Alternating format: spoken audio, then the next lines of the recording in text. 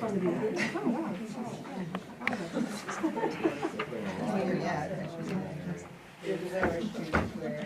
Just like you choose.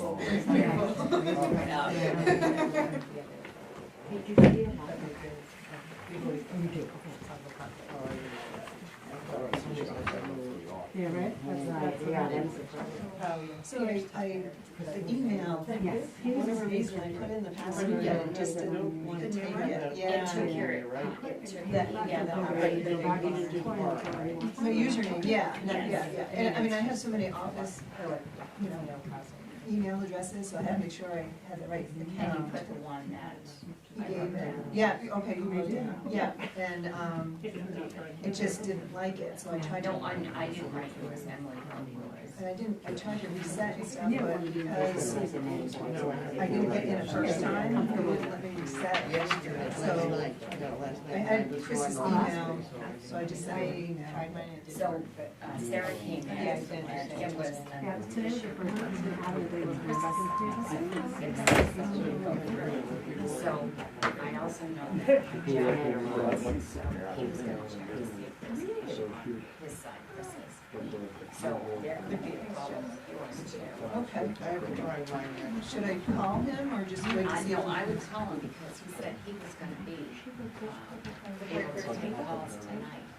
So, yes, call Okay, him. what was his name? Well, maybe it's on there. It's in my phone. Definitely had his email.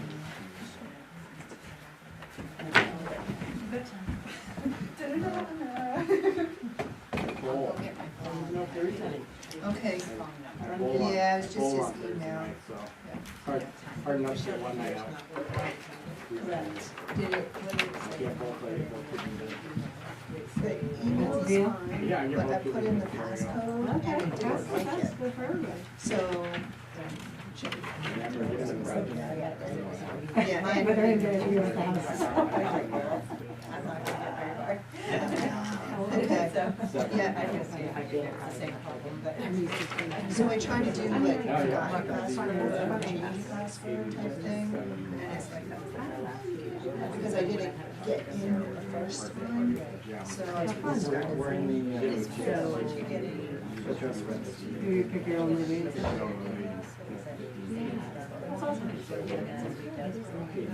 That's really, because they would have to vote to approve to add it. Home Alone. Oh, wow. Yeah. Yeah. Things have been great. Yeah. They have to go. They have to go on the road. Little one's 2.5 now, so he's real fast. Yeah. Hard to catch. It's just, after all, something like that, then we've seen the corners.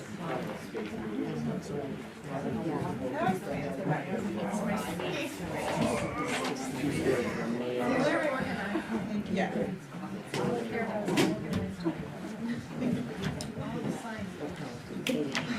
So we have a lot. Yeah, I guess we do a fair bit. So does that mean the SB1, SB2, those emails are those are gone? Those are gone. It's just your first name, the first initial, last name, and then there's the once you get in,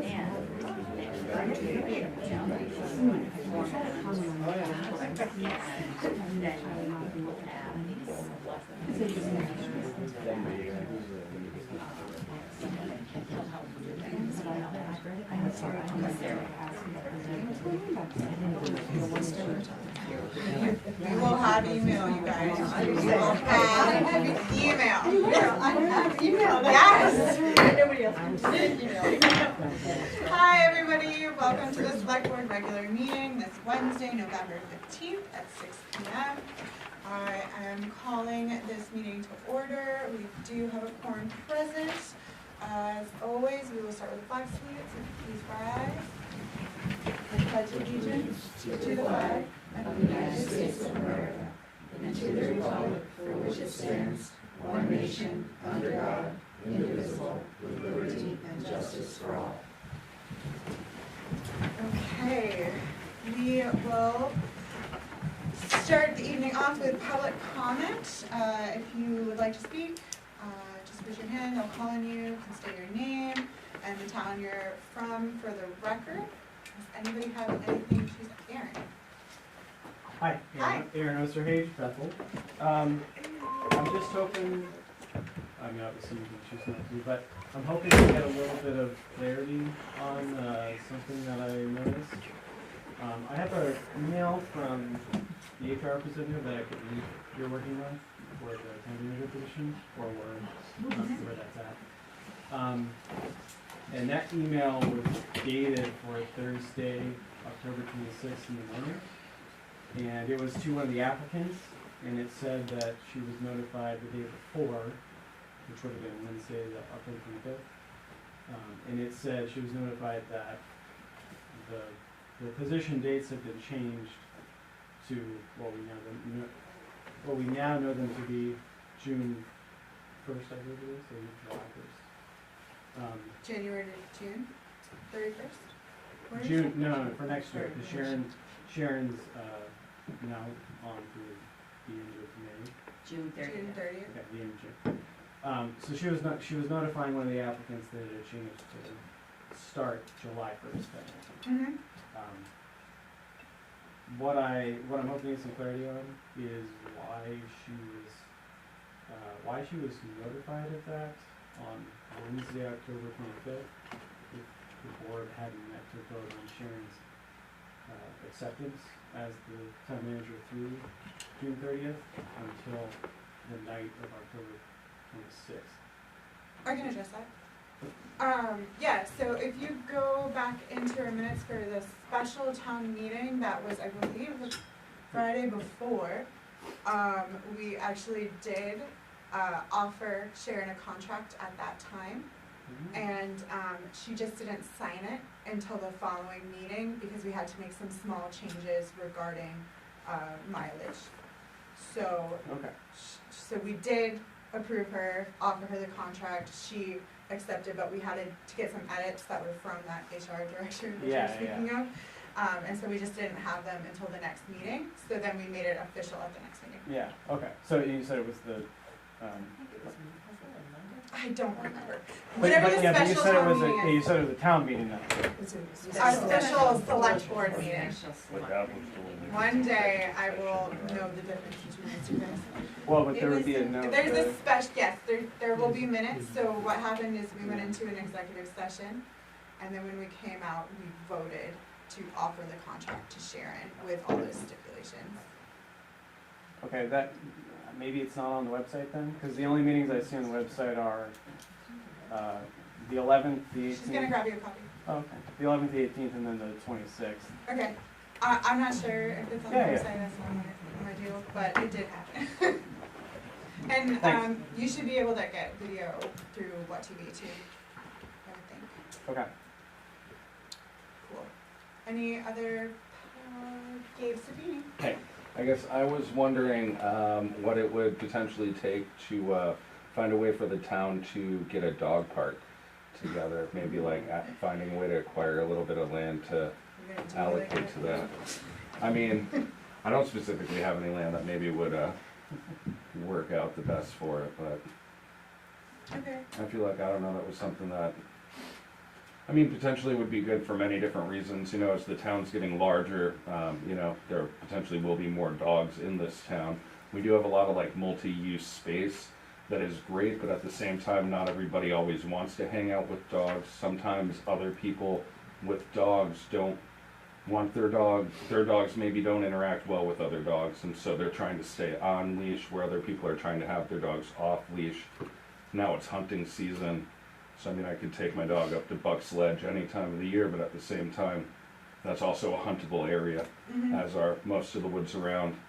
My dog did get into it with a porcupine up there actually a couple months back, so that's another reason where like we could end up with, you know, a safe space that I feel like we would find that many people in this town maybe would like that. Okay. I guess I was just wondering, you know, what it would take to, if we could maybe look at that in the future. I personally don't know what it would take to make that happen. Right.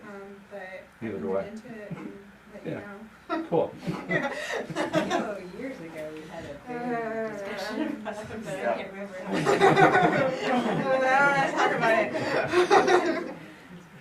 basketball court as the proposed dog. At one point. Yeah, it was a contentious time, one of many contentious times here in Bethel. But thanks for bringing up the great memories you gave. Anybody else have anything to add to the public comment? Okay, move on to adjustments to the agenda. There are a fair amount of these, so hold on with us, guys. So, everybody got their paper for the supplements. Under new business, we would like to add 11G. Actually, why don't I do this in a row?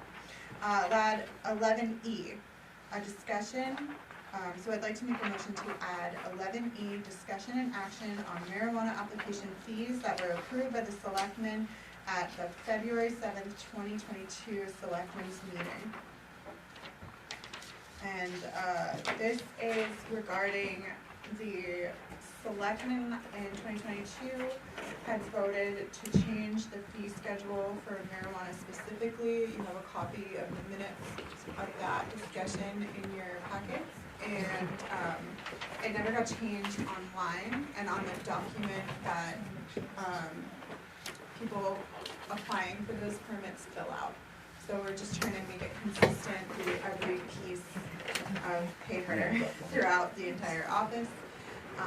And also just discussing where we're at with the proposals that were made during our workshop on the fee schedule and those marijuana fees that were discussed at that time. So that's what the discussion is about. So we're gonna move that between after 11D. Yeah, so it will be after 11D. So it'll be E, okay. It will be E. Yes. I move to accept putting on the agenda discussion and action on the marijuana application fees that were approved by the Board of Selectmen at the February 7th, 2022 Selectmen's meeting. And that's 11E. So moved. Alright, any discussion on this matter? Alright, all those in favor? Great, we'll add that in at 11E. That will make the stoned moose the 11F. And then I propose that we put in 11G to see if the board will vote to approve the renewal medical marijuana business dispensary and cultivation facility permit for owner Gabe Real Stipini, business name In and Out of the Garden and Grow LLC at 421 East Bethel Road. The permit will expire November 15th, 2024. Did you just move that? Yeah. Second. I'll move it, yeah. Second, any discussion on this matter? Okay, all those in favor? Alright, that will go in at 11G. H. I propose that a new 11H will be to see if the board will vote to approve the agreement between the town of Bethel and DGD Trucking of Rumford, Maine from November 15th, 2023 through April 15th, 2024, or 30 days after the trees are cut, whichever comes first. And all rights of DGD Trucking shall terminate at the completion of this term, as may be approved by the authorized forester of the New England Forestry Consultants, and to authorize the town manager to sign on the behalf of the town. And I'll make that motion. Second. Great. Any discussion on this? It's gonna be after, Stipini. Yeah, after Stipini. So what will be, we'll have a discussion about the fee schedule, we'll do both the marijuanas, and then we will talk about the trucking. And then that will put, to see if the board will vote to approve the automobile graveyard junkyard permit as I, 11I. And then the last one is to add a discussion and recommendation for the town manager and Selectman Del Duca to discuss the law enforcement agreement with representatives from Oxford County. Second. Great. Any discussion on this? All right, all those in favor? So that will be added as 11J. We didn't vote on each? Okay, sorry. Yes, we do. Yes, you did, Paul. Because you said I'm gonna make a motion on this. and- Yeah, Yep. okay. I wanna make sure. Yeah, I did. Great. And I think that's everything, right? We're all in line now? Great. So, moving on to public hearings, we have 3 today. That were posted appropriately, hooray. The first will be 5A, the application for entertainment permit for the Bethel Inn, 21 Broad Street.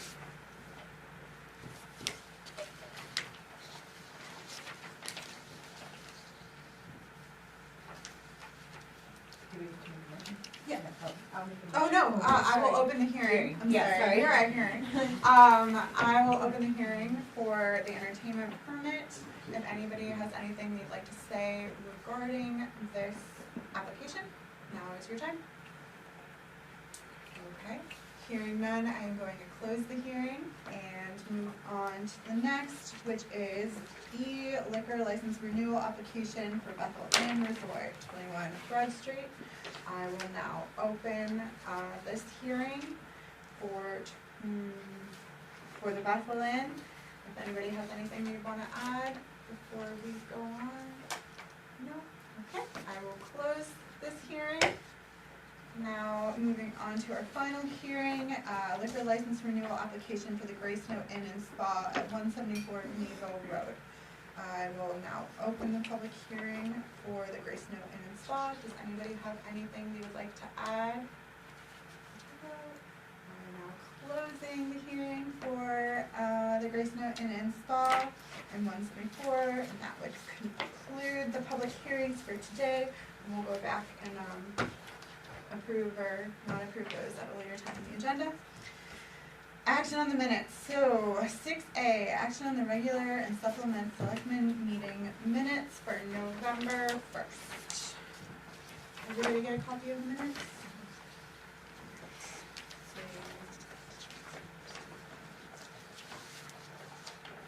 I'll make a motion that we approve the select board regular meeting minutes and the supplemental page for Wednesday, November 1st, 2023. So moved. Do you have any discussion or edits for these? Yes, I do on page 3, number 11C. See if the board, okay. Yeah, to see the board should remove, this is where we were moving the previous town manager and adding the new town manager, and we were gonna be doing it with all the banks, and I think we had a revised motion, and I do not recall what it was at the time, so that we would include adding Sharon Jackson's name, and we would include all the banks. So we didn't have to go back and do it. It was with it may have been with the supplemental, it was, I think, a single piece of paper Oh, that we redid we redid it. Yep. So I would ask that the minutes be amended to have the accurate motion. Okay.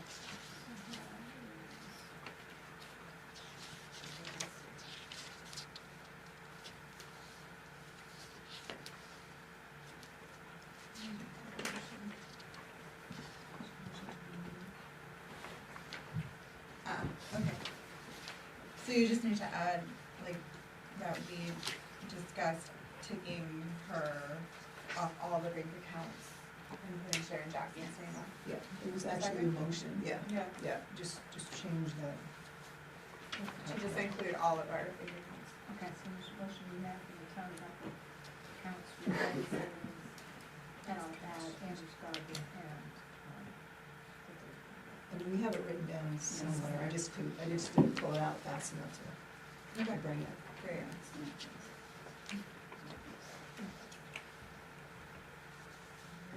From the supplementary agenda, page 44 is number 5. I think it's just typo, it should say, to see if the board will approve the payment of $1,684 that he's always covered. I think it's supposed to be 4. So. But it's just. What? This is the supplement to the agenda. Yep, 5, 5. 11, 9. To see if the board will approve the payment of $1,680. Oh, in the actual It should motion. be, like, just, if, I guess.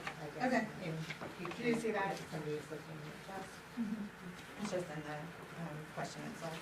Yeah. Okay. Sorry, I was looking down. Yeah, it has it down below. Yeah. Yeah. Okay. So I would amend my motion to include the edits that were proposed. Great. Any other? All in favor? Good.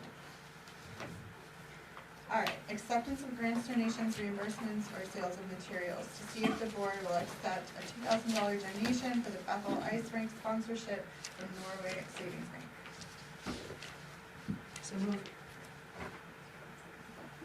A second. Any discussion on this matter? Just, I seem to recall that Norway Savings Bank was making a multi-year contribution to the skating rink when it first started. I think it was $2,000 a year for 3 years. Do you guys have any of that in your notes anywhere? They did donate last year because I did find paperwork on that, so I don't know what year this is. Yeah, so there may be another year next year. Okay. I bet the new state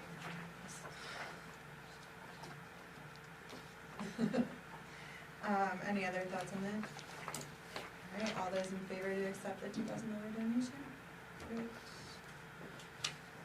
Now we have our town manager's report. The Recreation Department purchased a 10 by 14 A-frame shed to store all the ice skating supplies and equipment. 3 written quotes were received.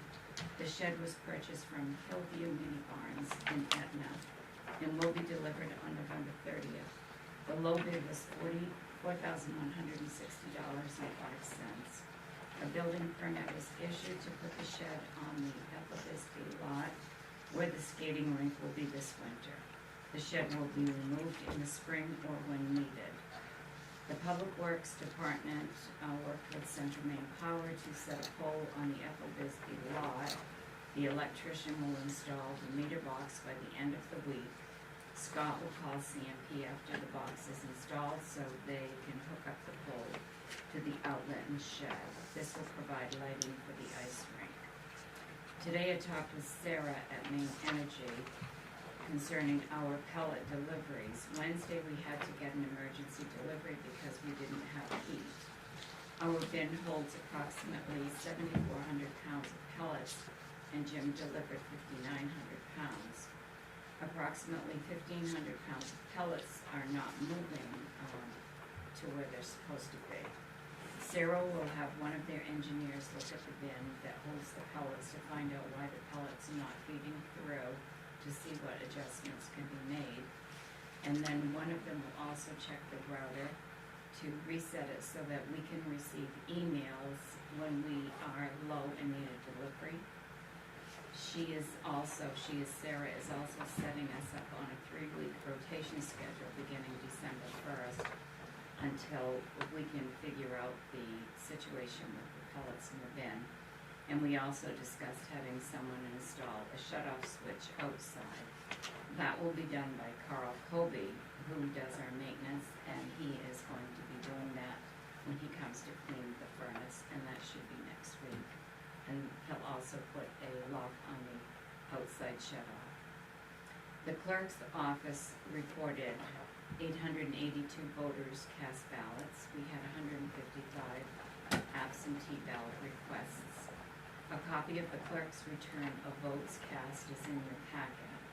The clerk would like to thank all election workers that include Bob Everett, Cindy Sumner, Salisbury, Carol Everett, Edie Oakenquist, and Jeff Sloan. We're hoping to start scheduling interviews for the deputy clerk position the week of November 27th and the week after. Emily will be able to work 2 days each week until mid-December. I hired a temporary deputy clerk who will work on Fridays until we get fully staffed. She works for the town of Freiburg and has for the past 10 years. She's a experienced clerk who does the same job and knows how to do everything in the front office. I know because I hired her about 10 years ago. Freiburg is on a 4-day work week and does not work on Fridays, so she's able to accommodate us, and she would also be able to assist with training, and she knows the TRIO system 100%. John Walker from the Bethel Area Chamber of Commerce met with me yesterday. He asked to be on the agenda December 6th to talk about the Christmas parade route and asked for permission to have the parade. He'll talk about that when he comes on the 6th. He also asked if he could put up the lights outside the town office windows again this year. He's had the lights stored in the basement and that he purchased last year. So I did tell him he could do that. I talked with Nathan White concerning the easement agreement that was drafted for the towns of Bethel and Rumford for the turnarounds on his property. He did consult with his attorney and he will not sign that agreement. There's nothing in that agreement to protect him. So I told him that in the next 2 weeks, I will be doing field trips with Scott Sumner for certain properties that we have that have questions. That's one of the places I'll go with Scott so that I can get a visual for what's going on there. And we'll see what we can come up with, an easement agreement for turnarounds for the plow trucks. We will begin department head meetings on Tuesday, December 5th. At that meeting, I will also be going over the budget process that we will be going through and explaining to all the department heads how that process will work this year. The town office and all town departments will be closed Thursday and Friday, November 23rd and 24th for Thanksgiving. And next week, the week after Thanksgiving, excuse me, the new auditing firm, RHR Smith, will be here for the week to begin the town audit. Thank you. Any other comments on the manager's report before we move on? The only thing, I just had a, follow it up on this file. This property, which you can show to Scott Sumner, was another, he had a question about, selling it back to a company, or there was something Natalie was looking into, but I don't think it ever came to fruition. But you can ask him about it. The town is selling it back to the property. It was a proposal like months ago. Yeah. I'm not sure what will happen with it, but it's another one that can be on your field trip list. Because that can be out of my follow-up folder. All right, town manager report over. Board and committee report. Today we have a hearty sampling of the Ethel Bisbee committee with us. They are working on creating matrix and a format for evaluating potential projects on that site. So if someone comes to us with a, hey, we want to do this project, we'll have a system in place to be able to evaluate it and see if it makes sense for the community. They're doing really, really great work, and Sarah is going to talk about it a little bit. And both of you? Katie Getchell, Vice Chair of the committee. Our Chair Bridget Remington is unfortunately unable to be with us tonight. She had a COVID exposure, so didn't want to bring that into us. So it's great to have so many members of our committee here. We have Lee Hughes, Sarah DeCato, Beth Allen, Charlie Raymond, Faye Cristoforo, and not present is Tom Ziccarelli, who is traveling tonight. So we are grateful for the opportunity to share with you what we've been doing for the past 6 months. We're halfway through our assignment, and we thought it was just a good time to update everybody. I actually have way too many of these, but I have some handouts that I can pass out. And pass them out that way. Make sure you each have one. Pass those down, if you don't mind. So I'll talk a little bit about what we've been doing, and then Travis will take over on the tools that Bridget, I'm not doing the name thing, that Meryl mentioned. Giving enough, do you want copies too? Yes, yeah, you need more of that, here's one. So, again, as you well know, we were formed by a vote of the select board last April 2023 to work for a year with, and given the mandate that's here, to consider and evaluate possible uses for the Ethel Bisbee lot. Such use may include municipal use, sale, or lease of all or a portion of the land. The committee should consider a wide range of impacts and benefits to the town. So since that time, we've been meeting bi-weekly as was our charge. So we've had 11 meetings to do this work so far. Each one's been about 2 hours. We meet at the library. So a lot of time by a lot of people in the community. Of course, those meetings are posted on the town website and open to the public. We have had a handful of public members join us at the meetings, and including also members of the select board. We'd like to thank Michelle, Sarah, Frank, Meryl, and Natalie also came in her prior role as town manager. I guess I should also mention in terms of members, we also have Meryl as our, Meryl as a non-voting member, and Jim Bennett is also here, who's been coming, both of whom have been coming to a lot of our meetings and giving context and history, which has been great. Sorry, I didn't mention that earlier. So one of the things we've been doing outside of the meetings is a lot of hours put into outreach to the community to let them know that we're here, what we're doing, and to get their input into the process. So we now have over 170 people on a newsletter email list. We've sent out 2 newsletters.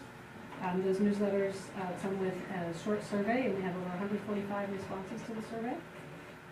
We've created this list largely by flyering around town. We have flyers up for about 15 locations around town. We've reached out directly to about 25 organizations to give them the same flyer, to ask them to pass it on to their communities. We had great luck tabling at voting day last day. Yes, it was great help to get us a lot of more signups there, as well as at the town meeting, social media. So lots of ways to reach out as broadly as we can, again, to get as much input as possible. Bridget herself presented at the Rotary Club, was interviewed by the Citizen, and presented at the town meeting, and also one select board meeting here in July. So broad awareness, I would think, of our committee and our work. In addition to that, we have each taken on many assignments of talking directly to organizations around town. We've now spoken with over 23 organizations to get a better understanding of their knowledge of the community, the needs, and how the Bisbee lot might or might not fit into that. Again, we're not saying that they are necessarily candidates for the lot itself, but as they understand the community and the needs and how they could or couldn't, aren't being met. And this is, I think if Bridget were here, she'd say this is really the why. Like what, it's not just the what happens there, it's the why. And their understanding of the community and its needs has been helpful in our conversations. And then finally, we spent a lot of our time on these tools that Meryl mentioned and that Travis will go into. And then we're happy, if you have questions after that, we're happy to answer questions from the public if that's appropriate, and obviously from the board. Travis. Yeah, so we've been tasked with trying to create what we call the matrix, or in another word, an evaluation tool. So what we're trying to do is try to put basically a test in place. So if someone wants to propose to the town that they want to put in, say, an ambulance garage at the Ethel Bisbee, you could run that idea through our matrix, our evaluation tool, and come up with a score at the end. So it's been a long process of trying to talk to the town and what wants to be there. You get a lot of information from the town and the community center, new town garage, new town building, things like that. So whatever is going to go up there should need to pass through an evaluation tool to see if it's even feasible. So we've created so far an evaluation tool that we can start running through. Like questions, for example, are how much of the year would this would it be a usable space? 2, are there other spaces where the idea could be actualized? How will this idea impact local vehicular traffic? Does this project have a plan to meet its parking requirement? How will this idea increase noise at the site?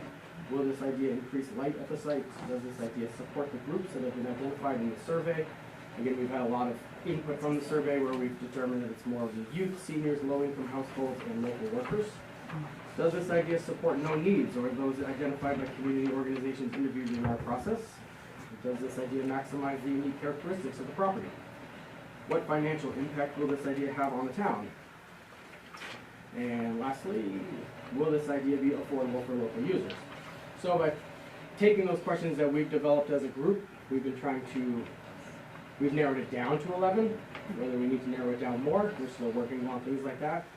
One of the things that we have noticed when we came up with these questions, the questions are kind of broad, so they actually need more context. So what we've actually decided to do is we've gone to, moving on into, a screening application. So we've started to develop a screening application where you need to apply and answer a lot of these questions before you can actually be processed through the matrix to see if your project is something that is doable. So we've started on that and we've started working through that. That's kind of where we're at right now. So if there are any questions for you guys, if you have anything for us, that's kind of where we're at. It's taken us a long time to create what we've created by taking the information that we've needed from the community, and that's where we've gotten a lot of our questions to be asked for proposals. So again, we're about halfway through our assignment of 1 year's work. We're planning to continue to meet every other week through that, rest of that 6 months.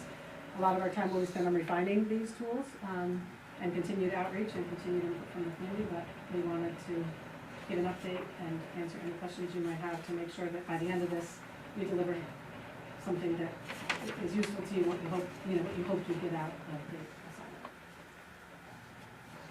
Again, well, and you can ask them of us or any other member of the committee if that's. Sorry about the color stuff. Yeah, basically. Yeah.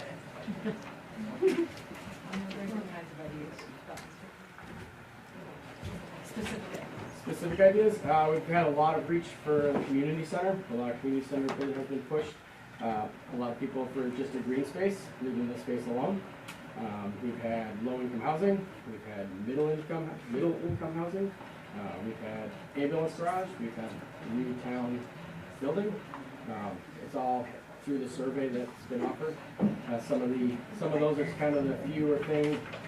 Narrowing it down to some of the more popular items are those ambulance garage, town office, community center, flexible recreation fields, something like that. So a community center but not a building, and also just selling the property to a developer and not the town people. So that's also the product.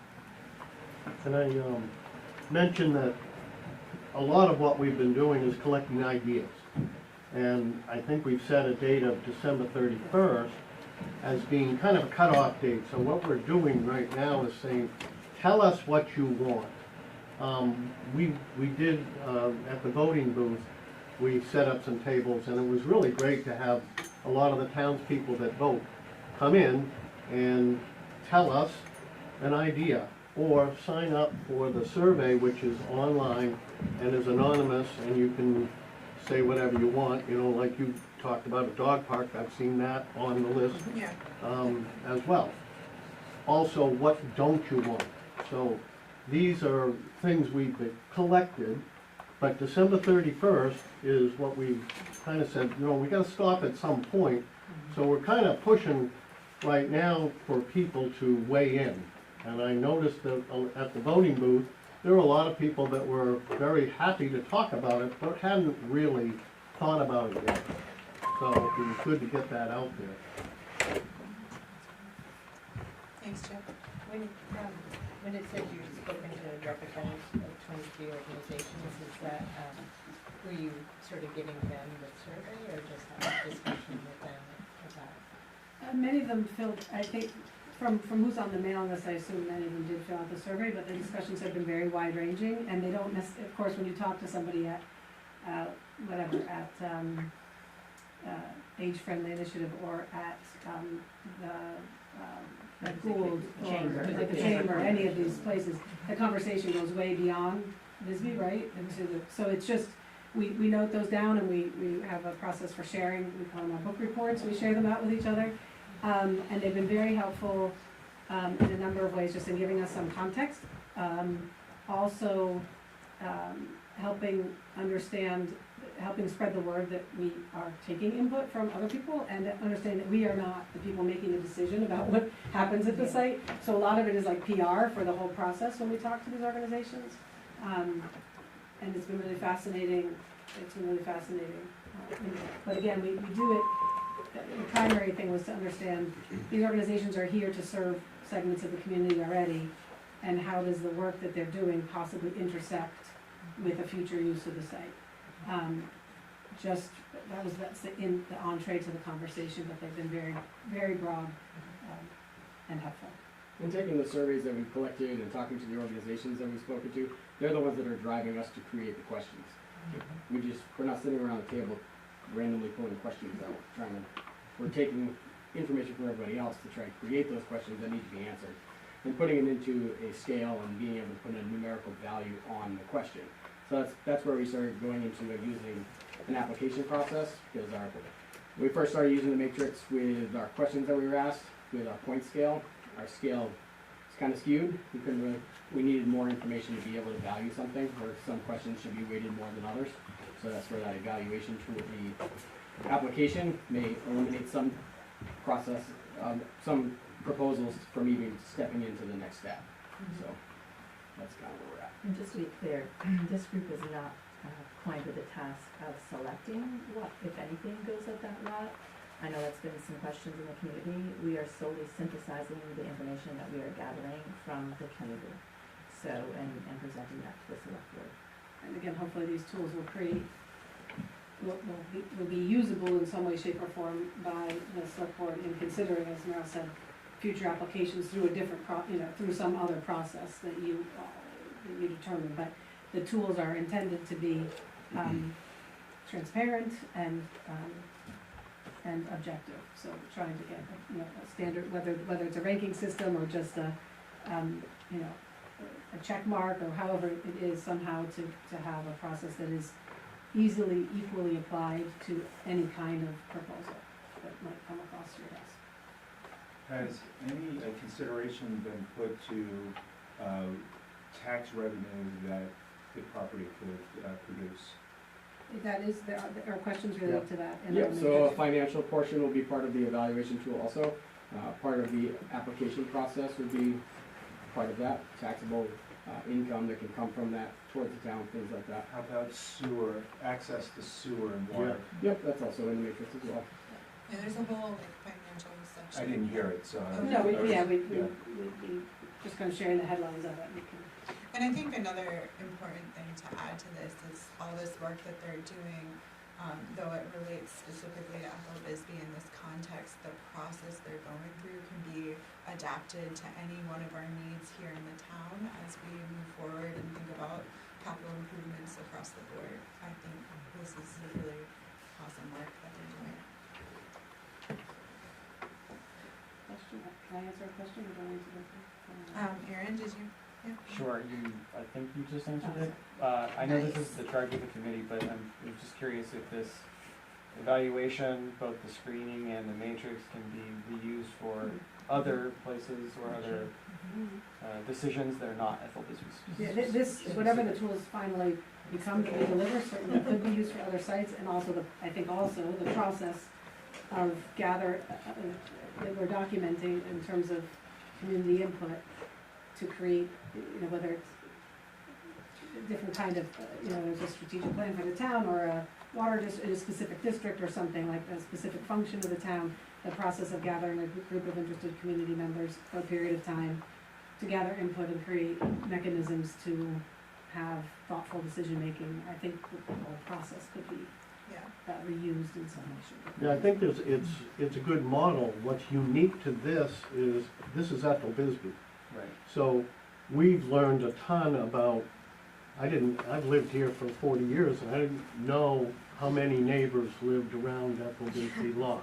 I didn't, I thought I knew that place. I didn't know enough. And so we, I think, found out very early that, wow, there's a lot of questions to be asked about this project, or, what happens or what doesn't happen. So it's a unique process, but this one is towards Ethel Bisbee. We're really focused in on that particular piece of property. Yeah. If I could follow up on Aaron's question, how are you documenting the process so far? Because that would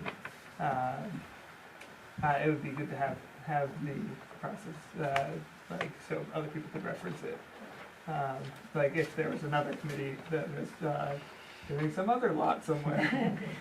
Certainly, part of even writing up a report for tonight was part of, halfway through a status report, where we have a Google Drive that Meryl set up for us that the select board has access to, so everything, the minutes, agendas, notes, versions of the matrix, our mailing list, our survey, it's all responses. Survey responses themselves, so it's all in there. Certainly one of our, I think one of the things we know we want to also include in a report is, is some outline of our process, and reference to those files potentially for further use or for future use, and also some documentation of that, what we learned from all these community conversations. We don't want that, even though they might not apply directly, they certainly informed our work, but they don't apply necessarily directly to the use of the site, but they should be really helpful information for the town in general about what's going on, what's needed, what people feel is lacking. One of the most interesting things, I'll just add that I think we're all learning in some way, shape, or form from that process, is when you ask people what they need, a lot of things they say they need already exist here. A meeting space, a place to go for a walk, whatever it is. A lot of the things are a place to be able to have my group meet, to play cards, whatever. And they don't know that there are options for that already. So that in itself is an interesting opportunity for the town. Like maybe there's a better way to list those spaces that exist for people to use. So we want to make sure we also document our conversations and share the outcome of those conversations, because there are tidbits there that could be very useful for other just planning for the town in general. And I will say, they didn't start with like a blank slate. Their first order of business was to pull information from groups that have already started to kind of do this community evaluation work. So they pulled the Heart and Soul, thank you very much, and AFCI did a community evaluation, and obviously all of these different projects have their own bias, like they're trying to get a specific segment of the population, but they got to look at it kind of in a broad way and be like, okay, well this is important to this part of the community, this is important, and then that was the stepping stone to get them to start doing all this next stuff. So I think it's important to say, like, they weren't trying to reinvent the wheel, they were just like looking at it from a broad perspective and then doing what they needed to fill in all the spaces, which is cool. I just want to reiterate that the meetings that we have are open to the public, so people can come and see how we're talking about these different issues.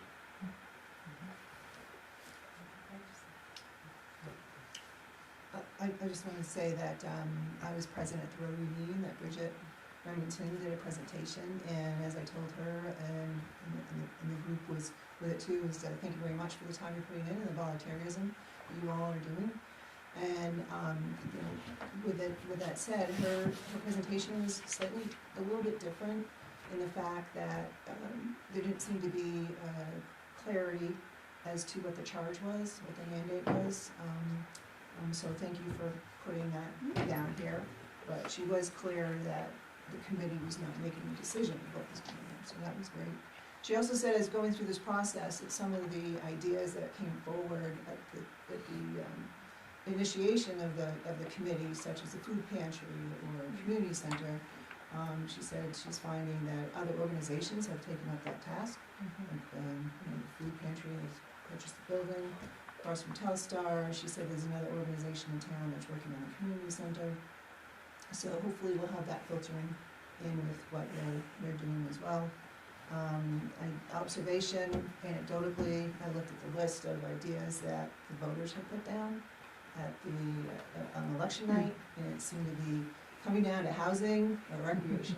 Those are the two buckets. So I'm hoping to that there's some look at there, particularly housing, and also once you get your ideas of December 31st, have you done a beta with a project with your testing, and can you share what that project was?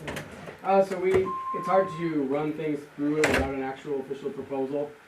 So we've used the Bethel Ambulance Garage because they've come to talk to you, so we've run them through the scale, and that was really what kind of brought us to the attention of having to go further in going into doing an application process that will kind of narrow things down, whether it's something that you should actually be applying for.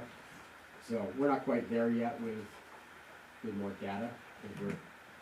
But I think that's a good example because Sharon was able to share that proposal from the ambulance, and when we read it, our response was there's no question that it's a strong statement of need for a new ambulance barn, but we're hoping, but it didn't address many of they didn't have the direction to address many of the questions, so we're hoping that by having this application tool, when somebody comes to you with an idea, like the ambulance or anybody else, you'd say, okay, here's an application, here are the things you need to spell out about why, because it's not just the need for X, Y, or Z, it's why is that specific site with its particular criteria and amenities exactly the right place for it. And so hopefully these questions will be the first thing you get back to somebody who says, why don't we put the bus slot there, or it's not to say yes or no, it's say, okay, help us understand why this is the right place for that. How many acres is the lot? 2. Sarah? Can I ask, I know some of you are neighbors in that neighborhood, and what is the general consensus of the neighbors as far as, are they putting a lot of input into what they don't want? I am one of the neighbors, Tom is another, we're abutters, but I wouldn't pretend to speak for the neighbors at large, but and again, the survey is anonymous, so I don't know which of the comments are from neighbors. I can just tell you from communicating with neighbors that in general there's great support for the ice rink. Like just that's the one thing I do know, there's great support for the ice rink. There's concern about things like lighting and parking, but in general the idea of activating the space and having it be used by a broad segment of the town, especially for something that's free and active and family oriented, that's been positive. That's the only thing I can say generally on behalf of the neighbors at this point. I just, since you're just down to like a little more than a month to get more input, have any kids been asked, or like students? And also I've spoken to kids, Okay. informally, Telstar kids, through some of our AFCI projects that we're working with them. And they're, they have input, as kids do, like skating and playing soccer and playing games. Recreationally, they've expressed a lot of interest. We did send the flyer. We can certainly, it's a good reminder, we can send it again to CPS and Telstar and also to MKA. So. If you have a great Google link, right, so I Yeah. know Tanya, at least at CPS, is really great at sending emails out to families, so then the link would be right in the email and people just click on it and do it. And one of the great things about, this was just at our last meeting, we kind of really realized we needed to have a deadline for input so that we have the rest of the time to process. And one of the great things about a deadline is it may give some urgency when we say to people, okay, this is your last chance, in this step of the process anyway. So that's a good reminder, and we'll take any and all ideas of how to make sure that gets to the broadest range of people. Thank you Yeah, guys. thank you. Appreciate you. Alright, moving on, there's no old business, so we'll go right into new business. 11A, to see if the board will vote to approve the application for entertainment permit for the Bethel Inn Resort, 21 Broad Street. Okay.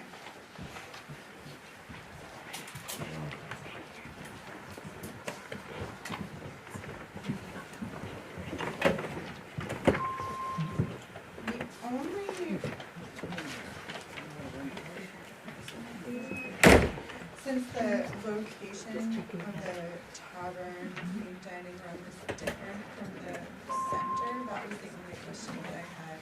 Is that, are these all under the same name? It should be fine.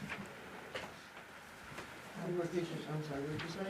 For the Bethel Inn, it's at the location of entertainment, tavern, main dining, and the event center. And the event center is at a different, it's in a different location. So that was my only, like. And the only thing was, number 20, what's the distance between the nearest school? Oh, that's the liquor and license. we just wrote church. Yeah, that's a liquor license. Do we need to make a motion? Oh, yeah, I'm sorry. I'll do that. Okay, motion, to get it on the I table. will make a motion that we vote to approve the application for entertainment permit for the Bethel Inn Resort at 21 Broad Street. So moved. Second.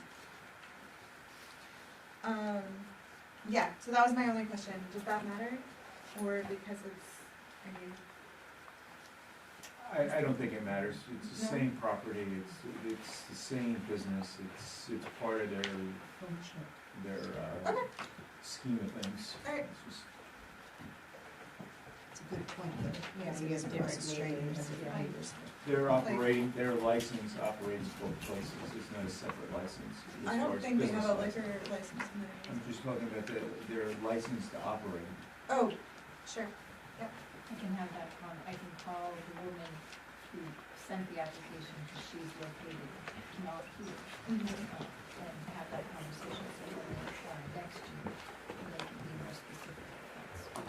No, I just wanted to make sure that it was okay to have two separate physical locations on the same form. And if it is, then great. I just wanted to answer that question. Just because it has different neighbors. Yeah, Yeah. exactly. Because that's the whole point of the entertainment. I mean, to be fair, right there, they don't really have very many providers anyways. It's all pretty much commercial, except for maybe the shopping. Right, the address is 21 Broad Street, and that's not the address for the event center. Right, so that's my only question. But that's the address for the applicant. Yeah. So Yeah. the applicant is the same, they just happen to have two Two locations very But close to each But other. on the application, it says a physical location. Yeah, it's a liquor license. Right, We're just looking at entertainment Okay. at this point. It starts to split hairs. No, it's fine. Because, you know, it's like where the entertainment is on the location, is it on the left side or the right side, and now you're gonna, Yeah, I was To just me, thinking it's- with a liquor license, that really matters, right? Like, well, it would have to be on their diagram, like where they're serving They liquor. do, yeah. But is it part of the application for entertainment? yeah, no. They don't have a diagram for entertainment. Well, so I think it it's- piggybacks. Pardon me? Usually does it piggyback on the liquor license? If you have a special amusement or an entertainment, it would be because you were a licensed liquor premises. They serve liquor at the, Tavern? no, they serve liquor at the building behind us. The event center? Yeah. I didn't, yeah, I've never Well, had if it there. there's a wedding. I've only gone to Yes. crafters there. They don't just. But they also do it out under the tent Yeah, where they have entertainment. yeah. So it. So it doesn't seems- matter, it it's seems- just It seems the to me that it lot. doesn't matter, it wouldn't make a big deal about it, it seems like I'm fine it all with goes that. together. So we have any more comment on this? All right, all those in favor of approving their entertainment permit? Great. Moving on to the liquor license for the Bethel Inn Resort. Make a motion that we approve the liquor license renewal application for the Bethel Inn Resort at 21 Broad Street. Any questions on this application? You said just a church, the wrong Just- church. They wrote the word church instead of the name of the church. Just a church. You might not know the name of the church, to be fair. No biggie. I don't know, I just was wondering about all their, I mean, they have all the floor plans, I think, for all the different buildings, but like they don't really say, you know, it says to put where, please label the following areas, list entrances.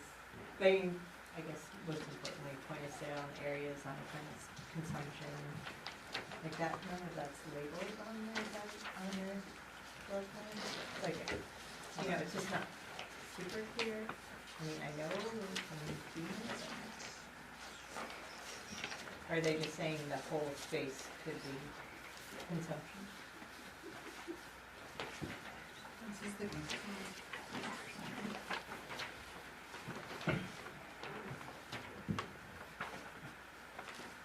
Yeah, cause like I said, in number 19, when it says, please describe in detail within the premises to be licensed, this is a description to the addition. So it doesn't even have the conference center listed there, which they might want to. Tavern, terrace, patio, common terrace, patio is listed. That almost speaks to the importance of, if they wanna serve liquor in the conference center, they're gonna have to show a diagram of it. Otherwise, legally, they're not supposed to do it. Well, they did have a diagram of it, they just didn't write it in the description on 19. It's not that, It it is not just needs to super be added. clear that it's the Yeah. conference center, but it is just. Yeah, because of that's, I'm sure the original looks better than that. But I think we should encourage, I mean, Completion. well, just on all the liquor license, like we should, I feel like we should be clear where the alcohol is stored and served, just like, I don't know, just to be totally responsible about things. I don't know, if we're approving it, we should kind of know where it's at, right? So I'll fall back again on the people coming in from the state who do those inspections. If it's, I know we don't get inspected at the theater, and like, it feels like these are the state saying for us, You have, to like. you have been inspected. You were inspected when you got your license. I wasn't So- there, but I mean, never since. you wouldn't have been able to, yeah, get your. But that's what the state is requiring. We're going in the weeds, because it is, if we would like better diagrams, we can request that, and then actually, please go ahead. Right. But all we are, this is state's business. We're just saying But they that, are asking us to sign off on it, so I just feel like we should I feel like it's our job to make sure the application is done. this is the state's job. This is not, we're not the governing body of this. The state is. Our signatures on it. Okay. I don't know, I just, I think if we add just the conference hall to number 19, then I feel like. no, I think. I don't wanna get questions. Oh, sorry, who? Jim, hi. Just to inject a little into it, because I was having a little hard time reading the stuff on it, but they also serve in the Gibson Room. And They that still do? hasn't- They serve alcohol in the Gibson Room for events. Okay. They'll bring a bar in. or They'll sell. do satellite bars. Okay. So if we were to kick this back, it would be kicked back for their benefit, to make sure they include all places liquor is served, because if they don't, they'll be outside of their license.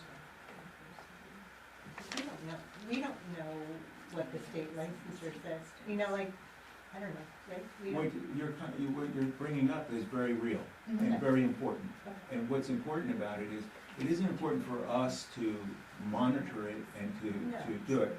For them and for our businesses to be compliant with state law, they need to include all places that they're gonna be serving liquor. It is to our knowledge that they serve liquor in places that is not included in their application. Would they like to go back and amend the application? I think that's a responsible response from us. It is not, I don't think it's responsible for us to do what the state inspectors do. No, That's no, not no, for that's us. not what I'm saying, I just feel like when I put my signature on this, I You just wanna feel- know that I that feel is like correct. I just want it to be an application that's filled out as it's, like, that the person did what needs to be done. In actuality, on like page 7 of the application, it has what our responsibilities are in granting or denying the application. It has the findings, and it has A through F of what we are to consider in making any determinations. Thank you. Page 7 of the application, it gives the state law for local licenses, and then, because that's why we have the hearings and everything, is to hear if there are complaints. And then, so it has number 2, findings. In granting or denying an application, the municipal officers, the county commissioners shall indicate the reasons for their decision and provide a copy of the applicant. The license may be denied on one or more of the following grounds, and then they list.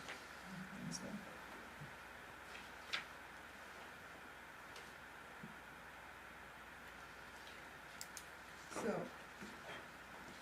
would just make sure they list all the places that their liquor license is going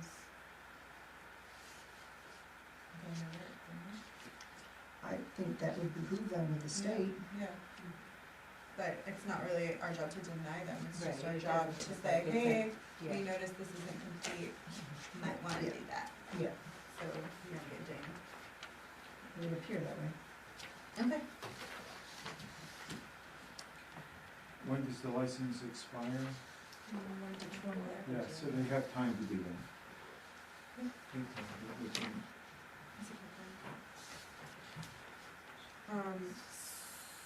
So, are you ready to vote?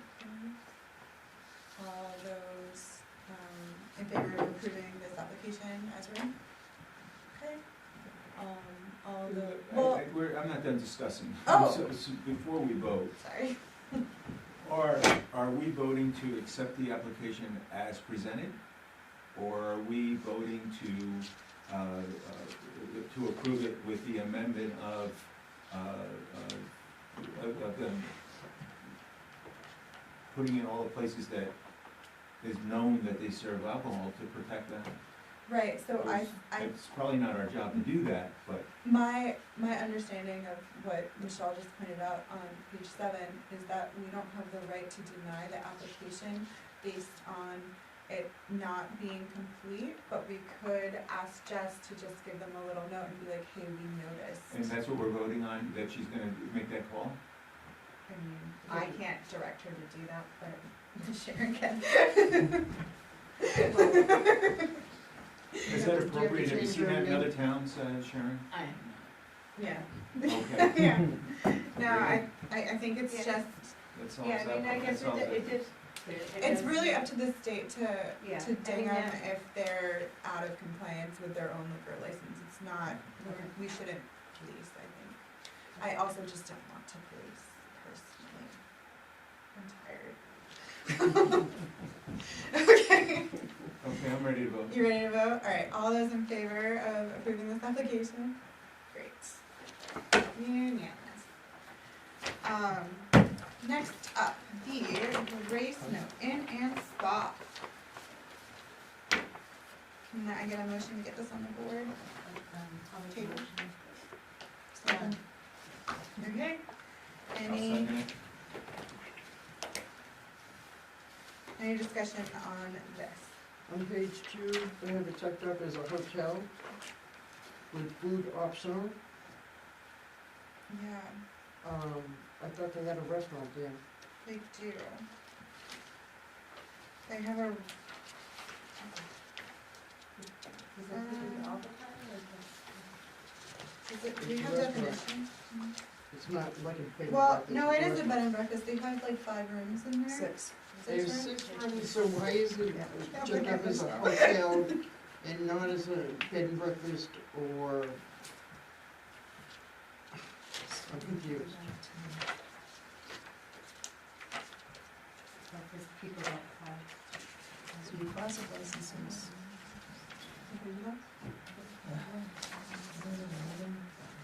So it looks as though Oh, yeah.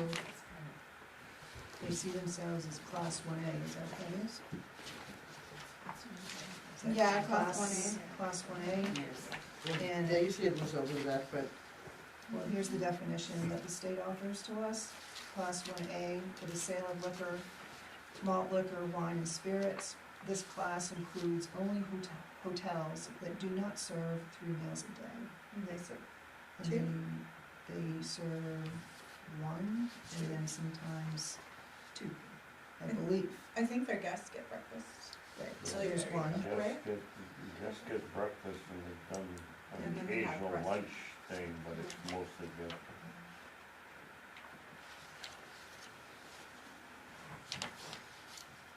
I can't tell you why off the top of my head, but the number of units, 6, is significant. Because it bumps them up. Yeah, and that's what Mhm.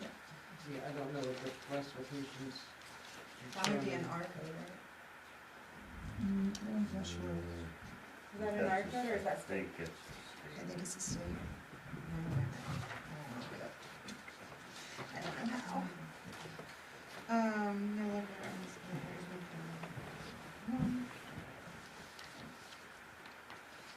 On the 17, it says, do they own the premise? I think they just have to check this. She does, right? Yeah, So I guess so she's a primary owner. yes. Yes, Sharon. So I'm going to make a suggestion because I discussed it with Jessica the other day. Yeah.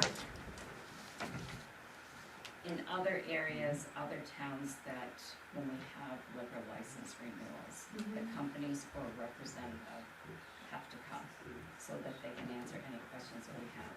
So the next one that comes in, Jessica will request they send a representative to answer any questions that we may have. Okay. Is that okay? Totally.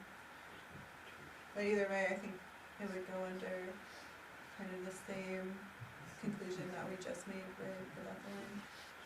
Just as long as they're not committing illegal acts of violence, we can't really deny them. Alright, so are we ready to vote, or do we have any more discussion? All those in favor of approving this application? Great. Okay, next. D, action on planning board rules and procedure drafted August 9th, 2023. Alright, did everybody get a chance to look at this before now? Do you have any edits that need to be made? Oh, I'm sorry, let me get a motion. I make a motion that we take action on the planning board rules of procedure drafted August 9th, 2023. I'll second it. Can you say what the motion is? What the action is? Approve it. Thought you did. No, she said action. You wanna make a motion that you wanna accept them, or, yeah. Yeah, Okay. thank you. I make a motion to accept the planning board rules of procedure drafted on August 9th, 2023. Thank you. I'm not getting trapped into that again.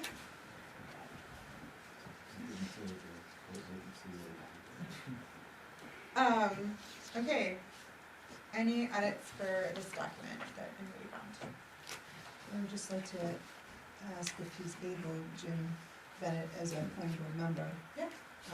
Just to give it looks like there's 2 amendments, just to give a little background as to why those 2 amendments.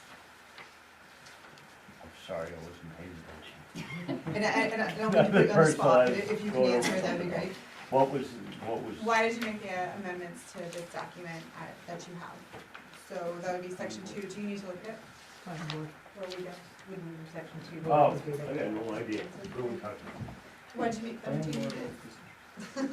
You crossed out. Give me a half a second. Yeah. Just remove the note to the comprehensive plan and then also Robert's rules as a default. Ah, you little angel. Okay, so the Roberts Rules part was taken out because it was advised by, Zach? not to have those in there, and What is, I'm trying to remember the reasoning off the top of my head, but it had something to do with it won't stand up in court. Something like that, like something else that we Yeah, talked about. it was, there was, it went back to something that happened last year. And I can't remember all of it, but that was, that feels like a valid answer. yeah, Lawyer it said was, so. he advised to take that out because it can't be backed up. And then the other one, rules are consistent by statute and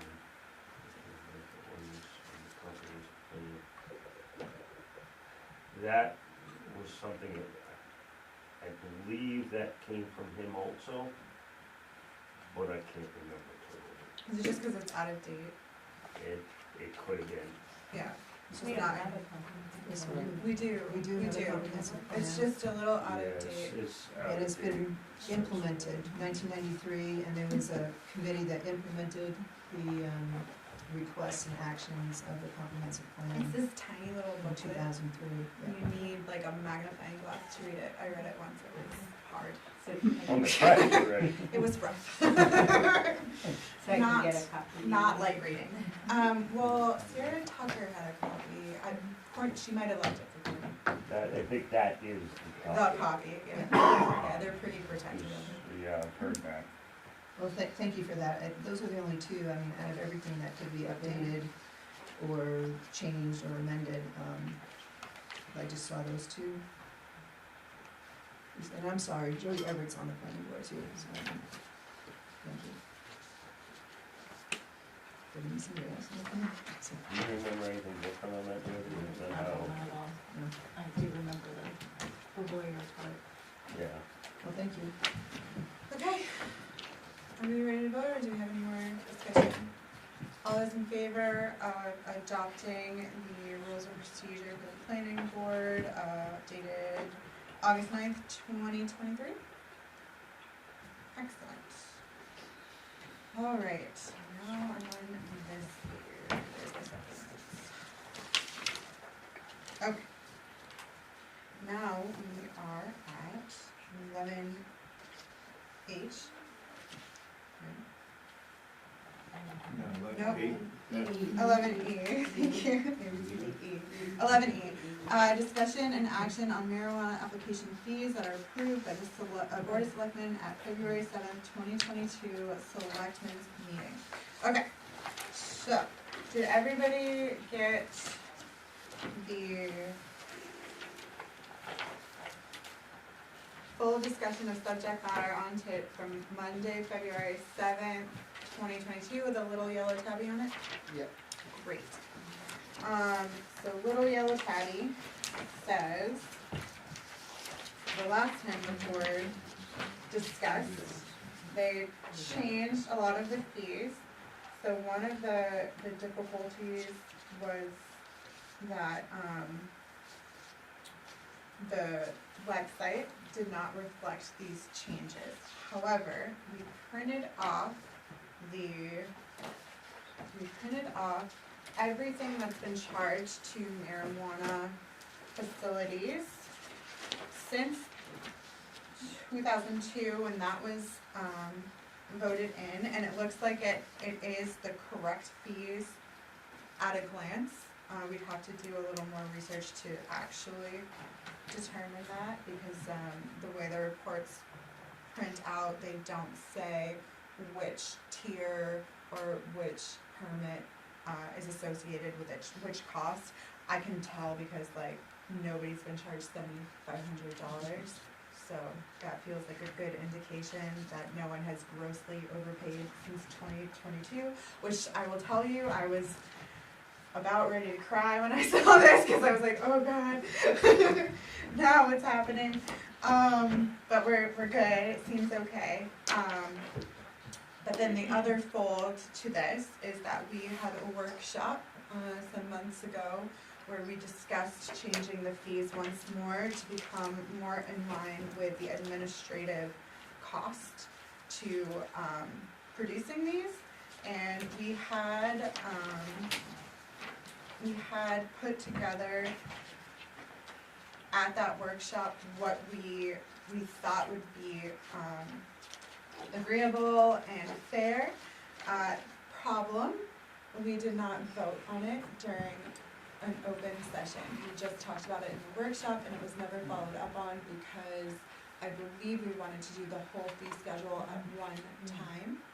So now the question is, if we want to break out the marijuana fee schedule and deal with that in one fell swoop and then come back to the rest of the fee schedule at a later date. So that's the discussion before us. Discuss. Oh. Can you, I wasn't there for that conversation, but Sure. I'm the one that got this going again. Yeah. Can you read me a list of what you? Yeah.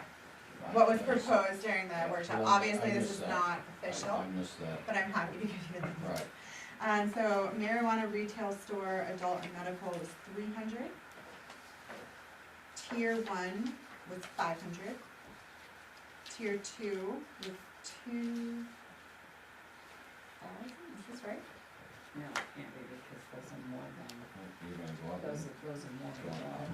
So when we had that discussion with the rates that were decided on February 7th, 2022. These ones.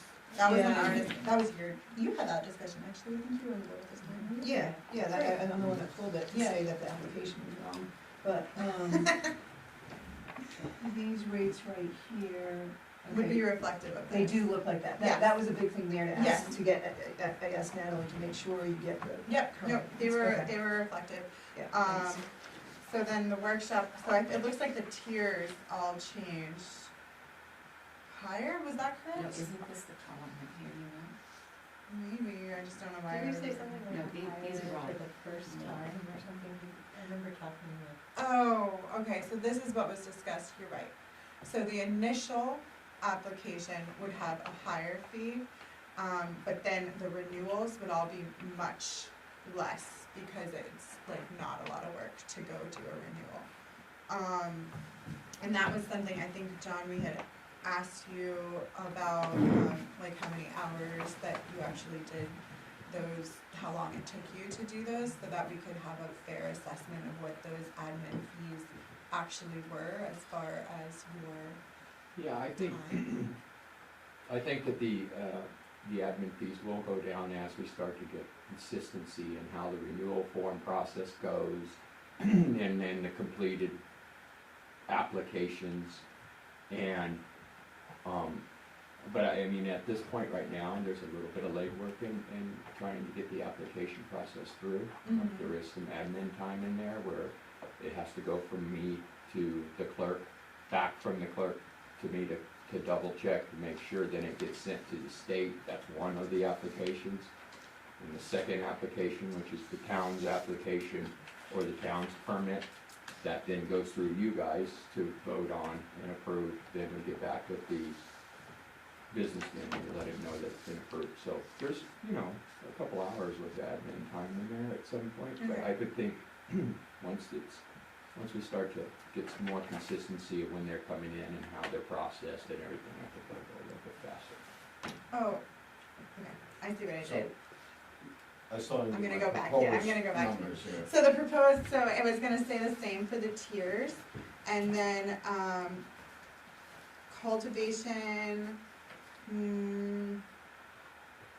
more than 1,000 square feet of plant canopy, 300, adult use and med marijuana manufacturing facility, 300, marijuana testing facility, 300, marijuana dispensary, 1,000. Marijuana dispensary, or what? 1,000.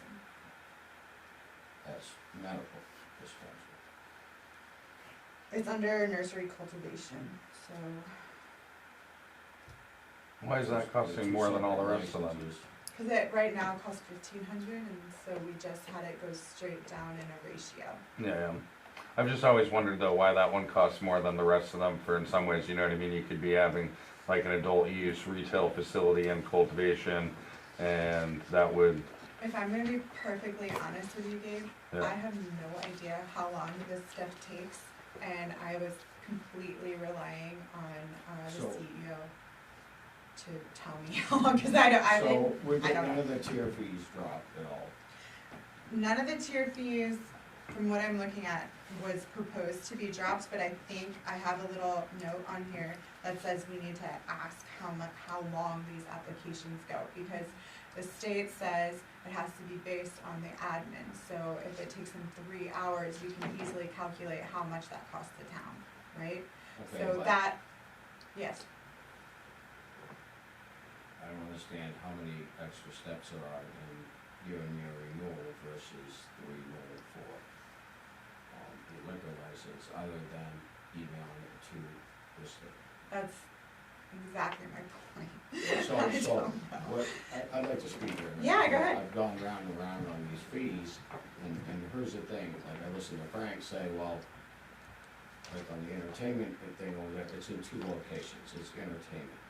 Here's where the whole marijuana industry isn't doing real well right now, high taxes, high fees.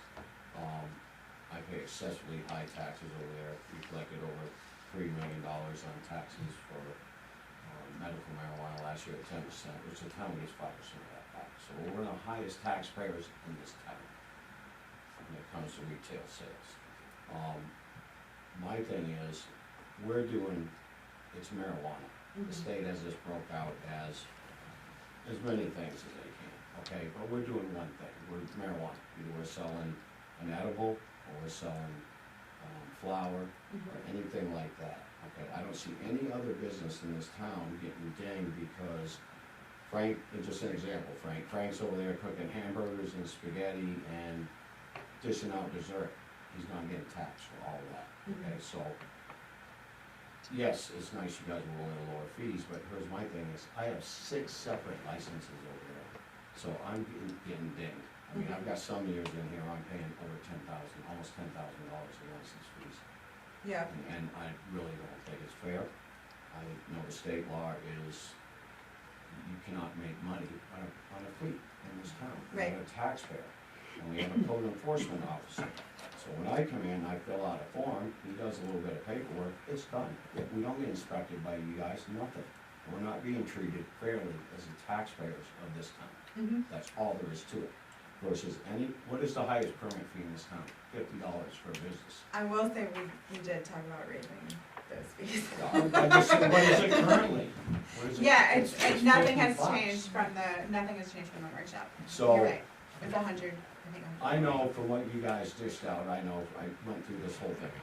From getting the licenses, everything in this town, the marijuana committees for 2 years, to get this stuff approved.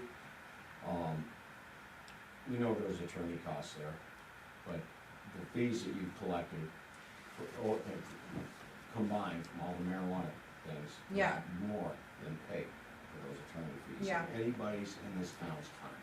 So, And I feel I'm asking these guys to come up with a more realistic figure here. sure, And what you should do is just say, okay, if you're gonna get a permit, forget the tiers, forget the stores. It's a marijuana, it's one business. Except the state's doing these 6 different types. He's doing the same thing to Dave, they're doing the same thing to everybody. And as far as, how the law is written, you guys cannot make money on permit fees, you can't. I think that was said. I just have to ask a question, being that you want to talk about this. Yep. How did the marijuana industry ever agree to this, or? I was in Colorado when that happened. They gave the farm away to get it legal. We'll do this, we'll Well, I raise think the that's- taxes, I think we'll that- do this. Yeah, I think that's the point. And now it's come crashing down. See, that's the point, Yeah. is that You gotta the pay attention. marijuana industry bought their way in. Yeah. And now that they bought their way in. Now they're trying to dig the way out. Yeah, that's it. I mean, So there was it- also a lot of corporate lobbyists that pushed for different things that I can't say were actually what the industry wanted to happen, but because like money context. talks, I you know, like it- context. We're over It talking gives, each other here. it gives context to the whole story. And now the correction takes time. Right. And the time Well, is here, I get it. Kind of what I'm asking is just short is, I feel that I have to have 6 different licenses. I think John might have an extra hour in there or so or whatever. We're taxpayers. I think it's $100 fee for anything we do. Would you, Because like I said, I'm doing one product, I'm doing one thing. There's marijuana at that facility. yeah. And I have to have all these permits according to the state, Mhm. you know, and So, you know, I just feel we're being targeted, and by the time too. well, I think that's Really, fair. It's just so- my permit fees alone are paid for your attorneys. Yeah, Over the years. So, question, Mhm. when you first, and I'm sorry that I don't know this information off the top of my head, but when you first, become a facility or make an extension of some sort, and you have to go through planning board, let's say, at that point, there's a little more town office stuff going in. There's a little more, you have to pay for Courtney, you have to pay for him, there's a little bit more. That said, renewals should be, I would think, comparable to every other business in town. I feel even though when you do that, there's no difference than taking the new gas station store through planning board. Yeah. That's what we pay our taxes. No, Right, that is what we pay our taxes for. We shouldn't get charged more for it. I pay a lot in property There's no taxes. difference. We're a business. That- We're a business. Okay. We are. I feel like- Anybody have any thoughts? Where did these figures come out? What, I'm sure we copied them from another town with no thought process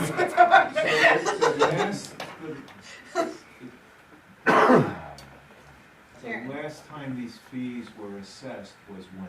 2022, February 2022. Okay, so That's the little tab you're holding in your hand right now. I'm looking for the information that you're quoting. I don't see it on my list here. So On your that's- tabby? It's not. Okay. Oh, No, the that's worksheet, the that was the one workshop, we when we had. had the workshop.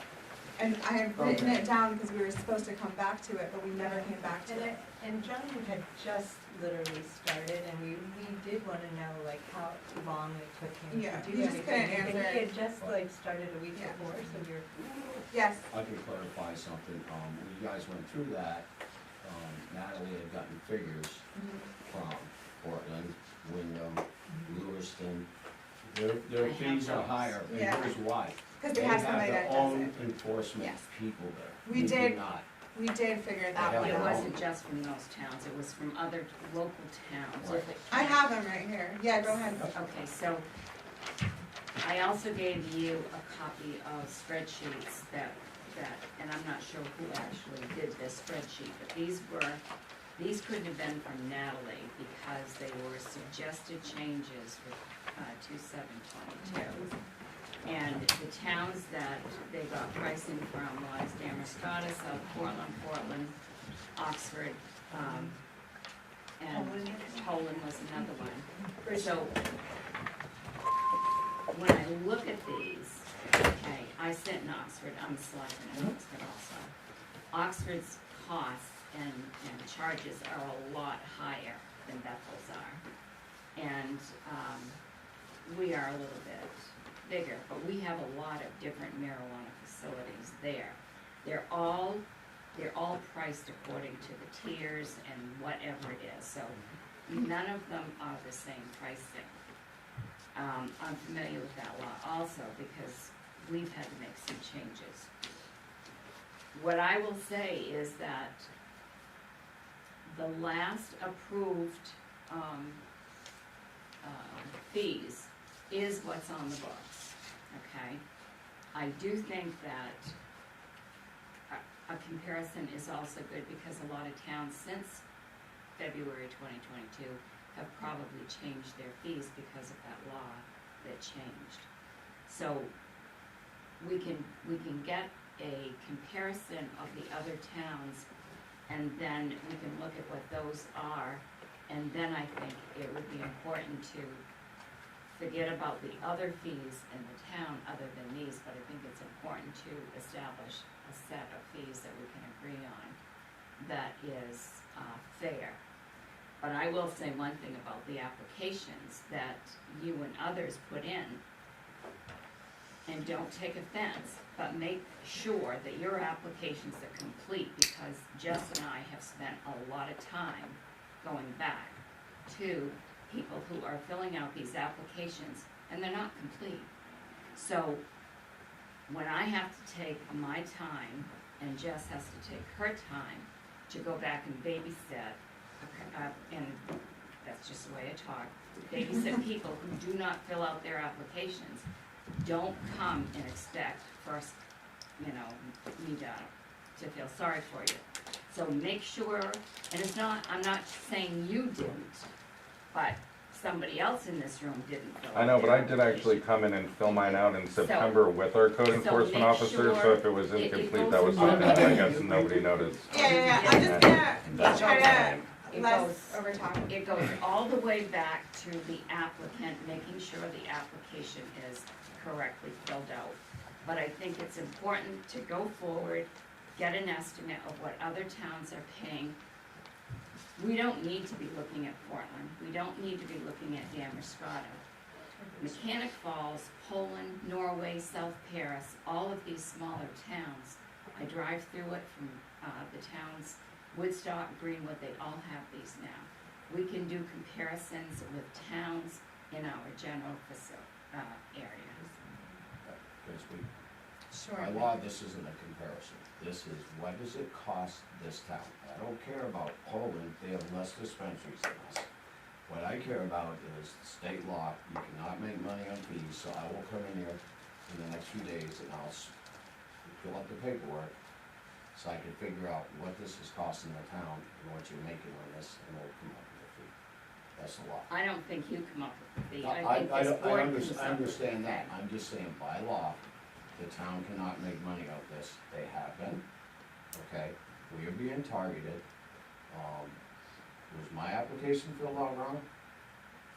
I had to go back and I had to make some, our application needs to be changed for one thing. Your application is wrong. The Is it wrong? application, well, and none of that has been updated, so it's, So that's why the I said it goes applicant's fault. right back to the applicant and to the town. So there's a lot of updating that has to be done, and that's what I'm recommending tonight.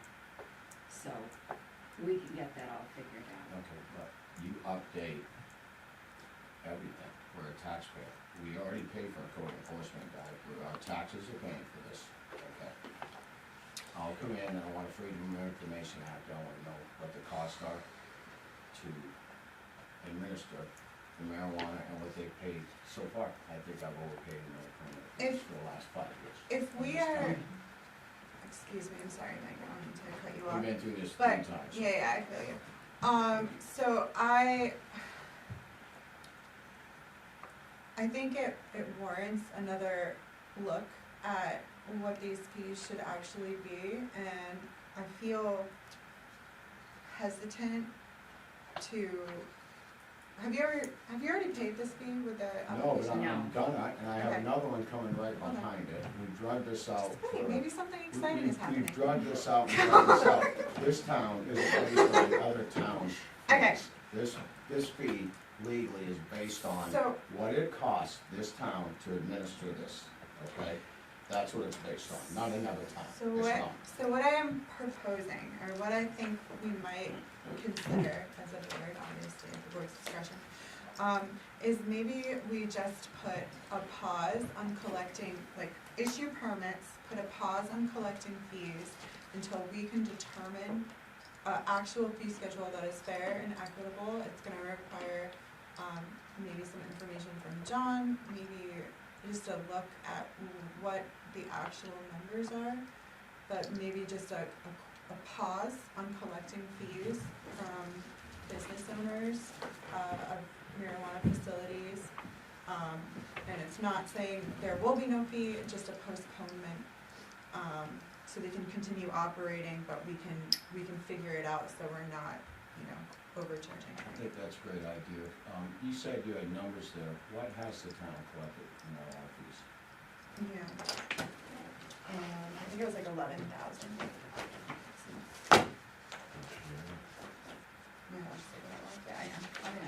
Yeah, $11,700. And that's One, combined? two, yes, all That's for combined. all. 1, 2, you have 3 over there? That's Okay. fine. There's Count me, man. there's a lot of marijuana places in Yeah. town. That doesn't seem right. Here. Can I show them? Is it okay to show them? Yeah. Do you have the attorney fees and what they cost today? From back when, From back when. I do not have access to that information. Has the town applied for their $20,000 reimbursement grant from the state towards marijuana fees? There you go. Oh, actually, I think we did through Randy. Randy brought that up. Does anybody recall that? That would be a Because the state's offering question. $20,000 Randy? reimbursement for legal fees and town fees for setting up Yes. marijuana. I believe It's $20,000. Randy Thurston will have to, I'll text him after this and ask. I think he did, and I'm pretty sure we were denied. And I can't remember why. It's because we don't have, I may be misspeaking, and I'll get back to you on what it was, but I believe the reason was because we don't have someone who does that job specifically. Who does the marijuana, all of it, like, that's their deal. So it's like essentially paying for the person Right. to deal with these. I'm pretty sure that's what he told me, but that was a long time ago. But anyways, back to my proposal of just putting a pause on collecting until we can sort out what's fair and equitable, because I don't see a point in continuing to collect high fees that we're just gonna change anyway.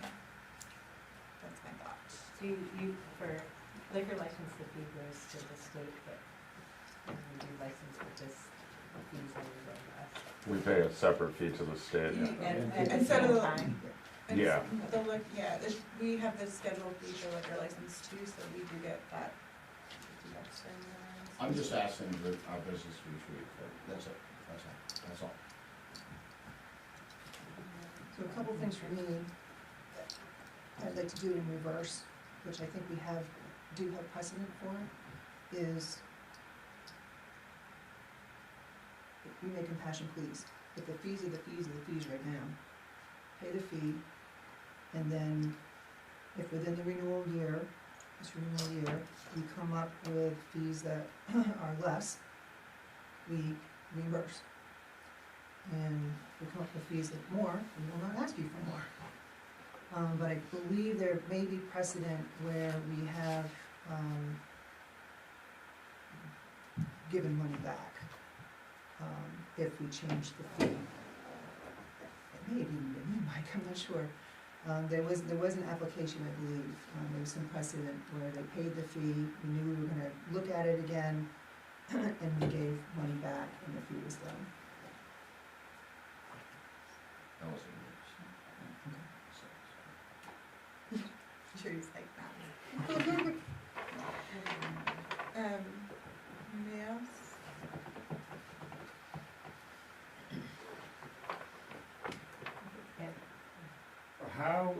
How long will it take for us to get to a decision on these fees? How much time do we need? I mean, I don't know. Does anybody have an idea how long it's gonna take for us to figure out what is fair to the situation?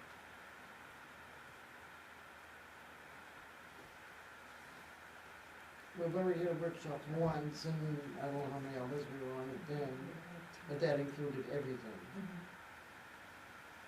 I'm not sure we ended up talking about it, but we did talk about it. a lot Yeah. that We got thrown off by something. Maybe it's like 2 hours. Did we get a little sidetracked though? I think, right, the original action was basically to discuss and make an action on what happened last year, right? Now I think we're sidetracking and moving almost beyond that. No. Are we still trying to get a decision on the specific action? The action from last year happened, Okay. right? So Now that's the fee. Okay, that so the is- February 7th, 2022, that's already been approved. That's approved, that was approved at this. Okay, I Yeah, thought yeah. that we were still. No, it's okay, we were just discussing it Sorry. to make sure that it was the I same wasn't here online. that time. So on the bottom of your permit, you both actually crossed it out. You're like, I'm What? not paying that. Oh, well, I think on mine it said like 15,000 or something. Because that's what it used to be. Right, and then there was 2 other errors within the thing as well that I went over with Jessica. Yeah, The one yeah. is like only referencing to adult use. And then the checkbox. And then the other one, the date's just wrong. What line item are we working? It's on the I sub- need to read it. I need to That's read where I it. thought we were It's the like that. supplemental. That's It's the supplemental. See. Yeah, I get it, I just, like he says, I need to be clear on what we're doing. So we're doing a discussion and action.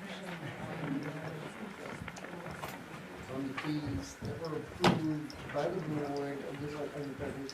So yeah, I mean, you're saying that the fees are the fees, but that's what this is all about, is to discuss and to take action on that. But the action is already taken on this. What we found is that not all the documentation and the posting of the fees for the town were updated accordingly. Yeah. So now we have to make sure with this information that's been learned, to So make we're sure gonna change everything's it to the updated. 2022 prices and then change it to the 2023 prices later. If we can determine who's to set it as, but I think we should consider. What is this motion? What is in this motion Right that now, we need to do? There's no motion on the table right at the moment, there's a discussion. So and we're consideration. discussing. Yeah, so And we what- have the opportunity to make a motion. If you would like to make a motion. To do what? To accept. Whatever we're talking about. Okay, To so approve. You're the town manager. I think that's what we Yes, don't please. know. the reason I put discussion and action was because when we realized that the fee schedule online was the same fee that the applicants were printing offline, we went through that this week and we realized that that was the fee schedule prior to February 7th, 2022. So we knew that was wrong. There were several documents just like that that we don't even know who did it, wrote different numbers under those costs, those fees. So it was like, why is this, it shows $15,000 with $1,500 crossed off and then $500 written in. Nobody knew who wrote those different numbers. So when Jessica and I went over that yesterday, and then I talked to Michelle, and we knew that the fee schedules online were not correct. We knew the fee schedules that were being sent to us by the applicants were not correct. And then we found these minutes where the fee schedules were adopted by the board on February 7th, 2022. Today, Jessica went through all of the minutes for the year 2022 and 2023 to find that there had been no fee schedules brought back to the Board of Selectmen to reduce or increase any fees. So the supplement was done today so that before these 2 applicants were voted on tonight, you could look at their fee schedule, compare it to what you were proposing when you had your workshop a few months before I got here, and then maybe charge them those same fees. In the case of both of them, the dispensary fee showed $500 on that application, and I think that's what you expected to pay, right? I think that would have been mine where I got. So, so beyond that, then, Merrill found the workshop that showed dispensary at 1,000, right? So I think what we need to do is go back to the drawing board list everything and decide what those fees are gonna be based on, Data. well, based on cost of the town. It's not gonna make any sense to go back at lawyer fees that the town had to pay several years ago to set these all up. So Michelle's motion would make sense, and so would Merrill's. And as far as the attorney fees, the attorney didn't have anything to do with the fees that were set in the beginning. Well, Because when I was running the Mineral Committee, we did compare other towns, but we, as a committee, did not set the fees. It was set by the select board. Right, And but so the attorney had no say in that whatsoever. no, the attorneys that charged towns, way back when the towns all did this, and I remember, I was in Freiburg at the time. Our attorney there did not set the fees or anything. The attorneys read the applications, read the processes that we were going through. So we had to hire, as a town, the attorney to make sure that everything we had was legal with the law in starting out. So those attorney fees are not, we don't have those attorney fees today. We did back then. So it's not gonna make any sense to go back and say, what did it cost the town for attorney fees when these were set up? I mean, God, I retired in 2019. That happened long before that when I was in Freiburg. So we need to look at today what it costs today. Right, and I was on the board in October, in 2019, when, so June of 2019, the ordinances got passed. And then, in the fall, the selectmen were charged with coming up with an application and also with the fees. The one and only meeting that I missed was October of 2019, when they did set the fees, and I do know the discussions prior to actually setting the fees, there was that discussion about the attorneys, they were anticipated to have heavy action in helping to set up everything up. And I know we looked at other towns, and Farmington's was one of them, and that's how those rates got set at And they that were time. set as high as they were because it was costing attorney fees. A lot of town employees, the code officers, the town managers, the clerks, all were spending time on doing all of these things. And so there were a lot of costs that were into it.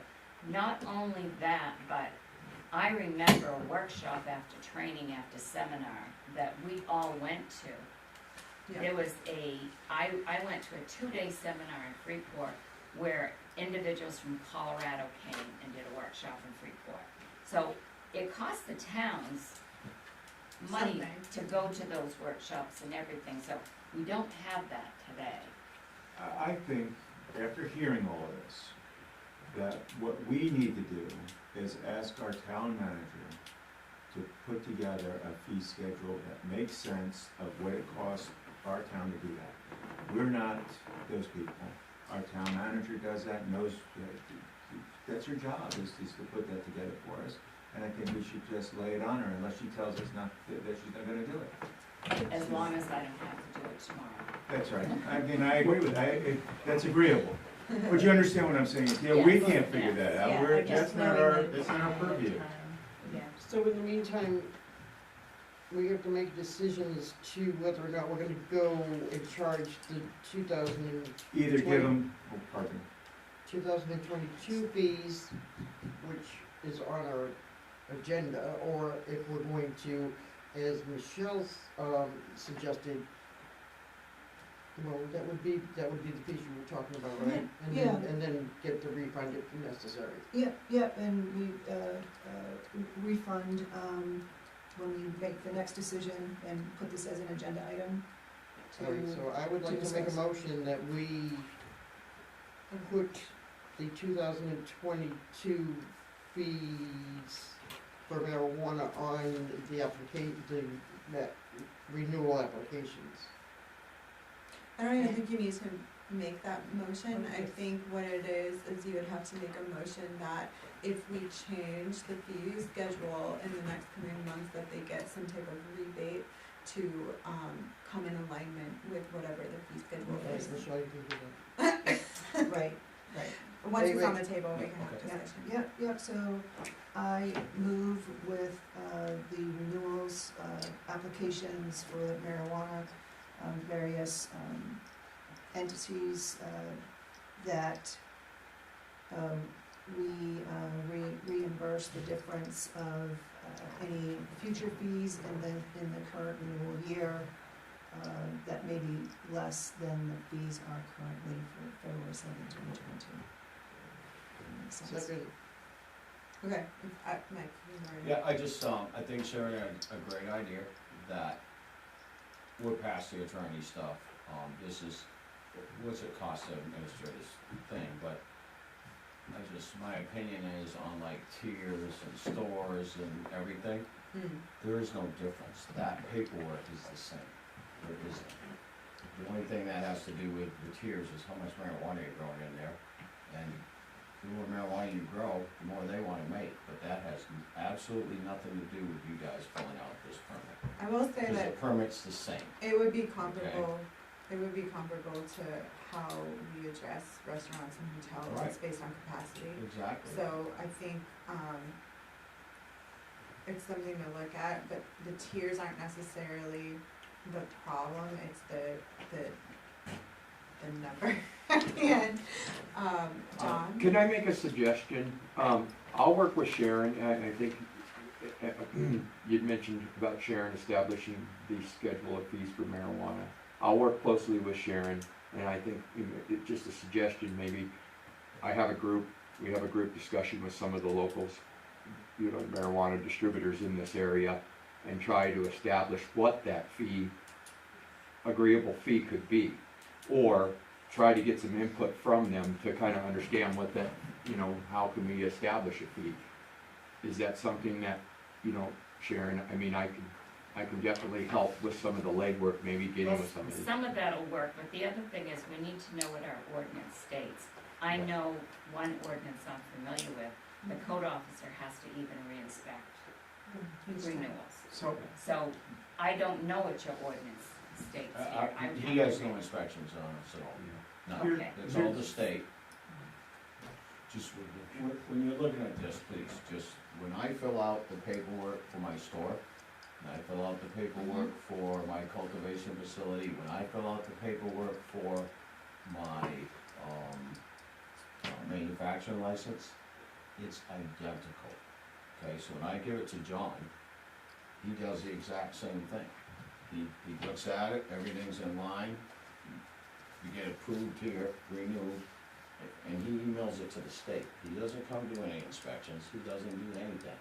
In fact, if you wanted to look at if you want to break things down, when you look at the marijuana permit, the medical side, he doesn't even send that to the state. Right. So, what I'm saying is, Now it does something. compared to tiers, when it comes to you guys and fees, when I hand you this paperwork, this could be any one of my six. There is no difference. Yeah, it doesn't matter. There's absolutely Except for the none. check. None. So we'll take a look at it, we'll Okay. be thorough with that. Yep. That's and- fair. Yeah, I just asked to be fair, because I No, really. absolutely. Okay. I think that we need to put some faith in our town manager, who has experience in doing this, and for her to use her expertise to come back to us with what she has for us. I think that that statement states it all, that they'll take into consideration our business people in town who are doing business here, who are treating them fairly and all that. That's all part of that.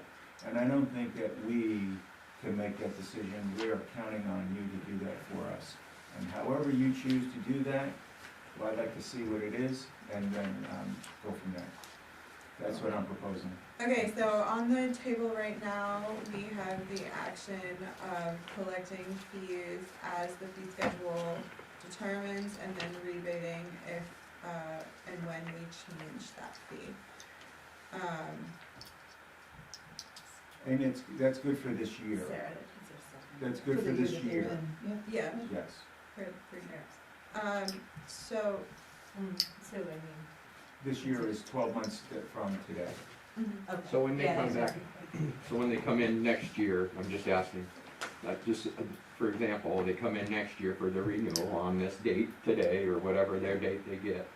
We'll know, we'll have a new reestablished schedule of fee, and should it be lower, they would be reimbursed that.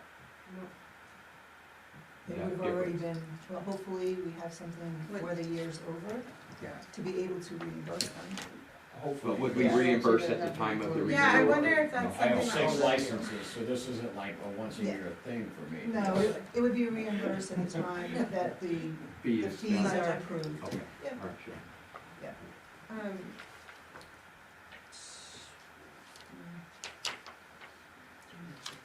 I have no problem paying the full thing here. Yeah, Reimbursed. well, I just think my inclination, and you guys can tell me to shut up if you want to, is to put a deadline on ourselves so that we don't forget about this. Yeah. Michael Levis. You know, so it doesn't go into the ether. Michael That was Levis. on my list. Yeah. To the end today was, when are we gonna do that? Make that happen. I wouldn't put a deadline on it, I We would just count want on to have a our year to town do it. manager that she's professional enough Here's to what do I'm this in a, I'm gonna put it in my handy Timeframe. dandy that purple, is acceptable. go back to this binder. So we gonna vote on that? Yep, we can, are we done discussing? Yeah. Alright, all those in favor? Alright. I'm very interested in how all these other towns are getting away with these fees. I don't think they If will. we're not Because the the residents don't know the law and they're not speaking up. That's all there is to it. And that's why you Because can't like- compare other towns. I mean, You if don't it's, have if it's to more, compare they're different taking, And it could be charge 0, more. and they're just taking it and not. I will say, I've personally looked at the numbers and shared them with Mike regarding excess tax. They help. They do their part. So, where are we now? 11 G. 11 F, right? No. Yes, F, yeah, 11 F. but it's 11G on our paper. Yes, now it's 11F. To see if the board will vote to approve the renewal application for Jody Everett of the Stone Moose LLC for the adult use marijuana business manufacturing facility located at 22 Sunday River Road. So moved. Second? Okay, so we have their application in front of us. Oh, Any on this one, comments? amend this one. I've decided on all of these applications, I want like an umbrella chart that's like, here's the LLC, here's the owner, I just like a visual, it would help me so much. Yours I have down, like, I feel good about it, because you have so many little side projects. Does anybody have anything that they want to note? Well, you just said Jody, didn't you just say Jody Everett? Jody is, the owner. She's gonna rock Because that the woman's application said brand. for Ralph. Ralph, yeah. Oh, it was Wow. changed to Jody on the new agenda, which was in your Yeah. extra packet. Okay, okay. We don't know a Ralph, there's no I Ralph. was, They don't have property. I was That really doesn't interested exist. to find out who It's Ralph a was. woman-owned business. It's a woman-owned business, they get all the grants. Sorry, Except for it's federally legal, so we don't have to. never mind. And that's another thing, these fees, I can't write those off in our taxes, just so you know, Fascinating. at this point. No, I think you can. Alright, did anybody have any, No, we can vote. we can vote? Okay. All those. That's one general, just where it's at the bottom where it says Sure. attached acknowledgement and consent that the state has conducted a background investigation, criminal history check. This is on all of them. Is that there? I haven't seen those on these. Is that something that? I think there That was is. the original, it's wasn't that on the original? Right here. I certify that all background checks have been completed by the state of Maine. And then here's her little ID. Okay, all right. I thought that was okay. Cute face, Jody.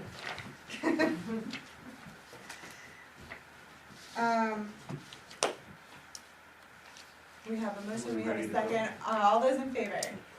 Excellent. Thank you. Moving on to Gabe.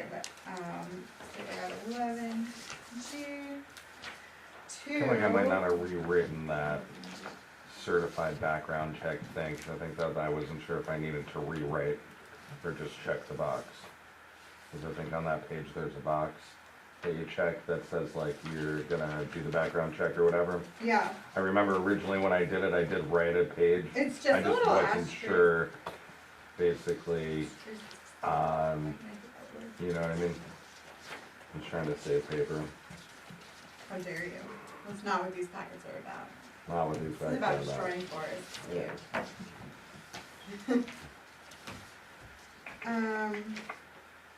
You checked that. Great. Yeah, I guess we'll, if you wanna just I can- send, I yeah. can write one out on any piece of paper, I guess, right? Yeah. Does it need to have my ID attached to it? I'm not You might have my ID attached in there somewhere else. I think your What ID is the- attached somewhere else, so you should be good. No, it's right Cool. here. Your ID's attached. It's Yeah. here. Sweet. Yeah, on the bottom of the resale or something. Yeah. But I can easily sign something that says I actually attest to the background check thing and. Just, you wanna do that on your copy, on your original? Yeah, if you Yeah. could do that, that'd be great. Thank you. Cool. Piece of printer paper or something? Sure.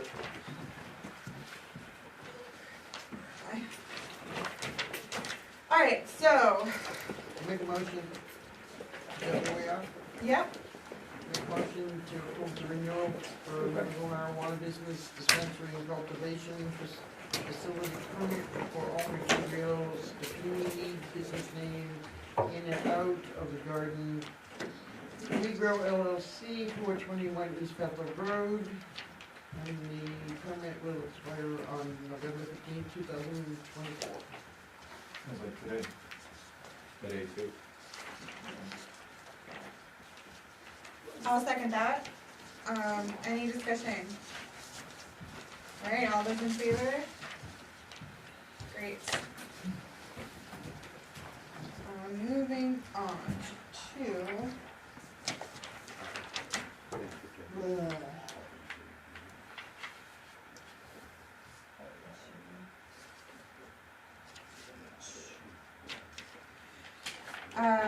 H, to see if the board will vote to approve the agreement between the town of Bethel and DGD Trucking of Rumford, Maine from November 15th, 2023 through April 15th, 2024, or 30 days after the trees are cut, whichever comes first, and all rights of DGD Trucking shall terminate at the completion of this term as may be approved and authorized by Forester New England Forestry Consultants Incorporated and authorize the town manager to sign on behalf of the town.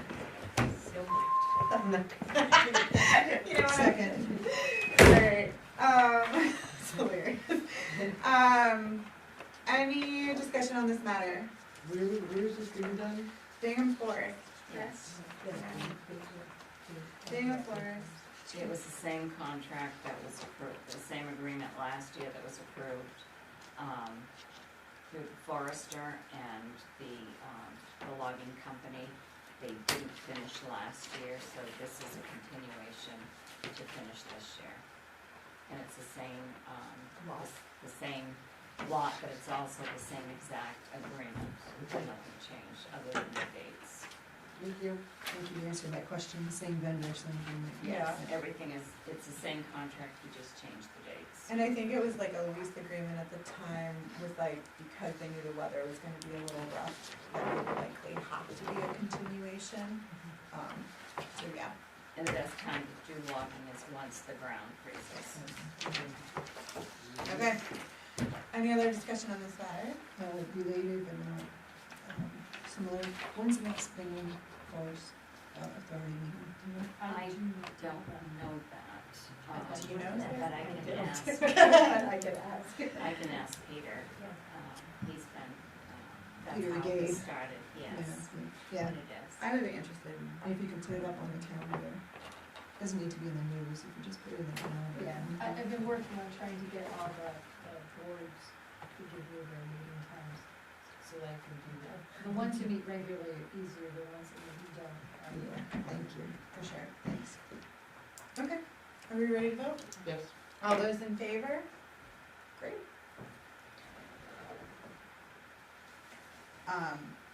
I to see if the board will vote to approve the automobile graveyard and junkyard permit for Todd Wilson on the Ford Road. Permit will expire October 1st, 2024. So moved. Good job, guys. Killing it. Okay, so this is the one that was before us Last meeting that we tabled because the termination date was 2 years out.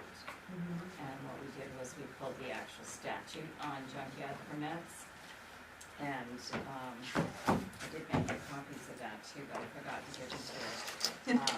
Junkyard and automobile and graveyard junkyards, they expire every year on October 1st. So even if someone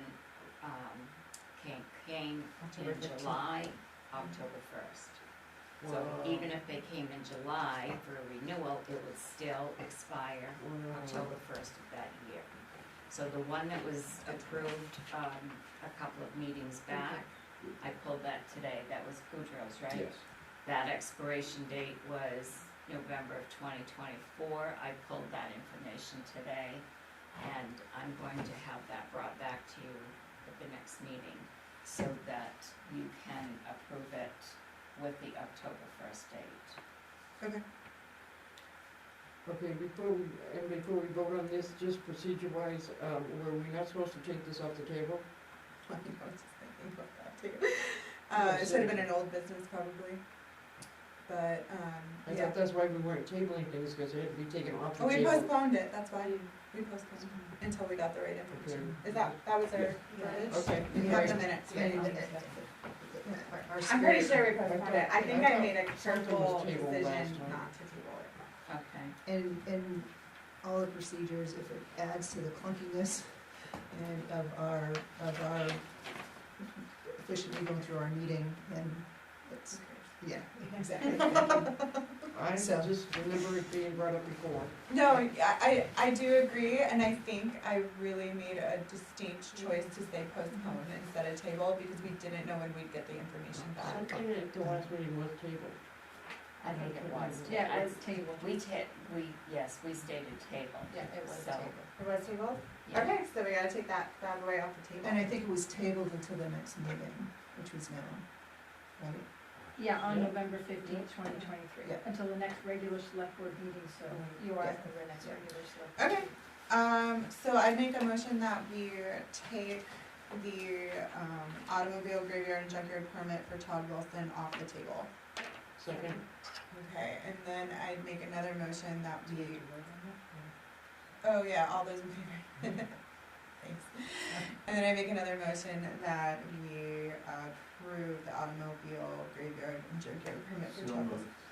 Thanks, Zach. I'm losing my voice. Okay, All in favor? I think we already Uh, discussed it. all those in favor? Hurrah. Okay, so we know what the problem was, we fixed the dates.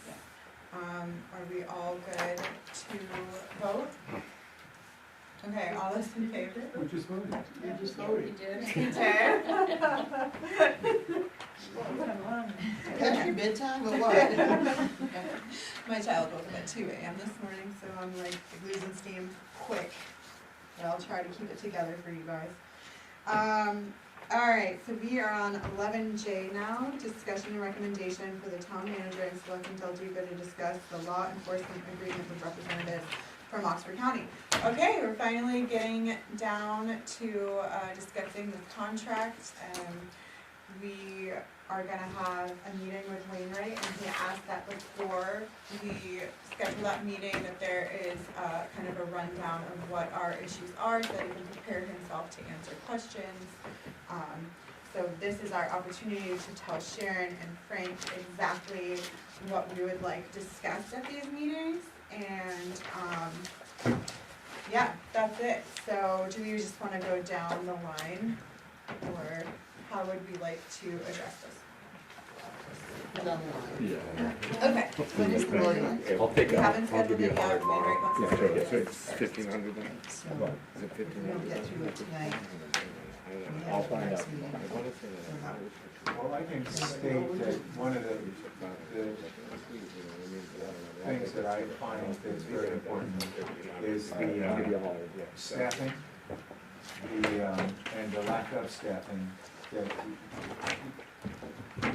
and his staffing and lack of staffing Yeah, is paramount, and also if, how they figure out the cost to us based on if he's paying overtime, are we picking up overtime yeah. because he's got the lack of staffing, would be on my mind to get answers to.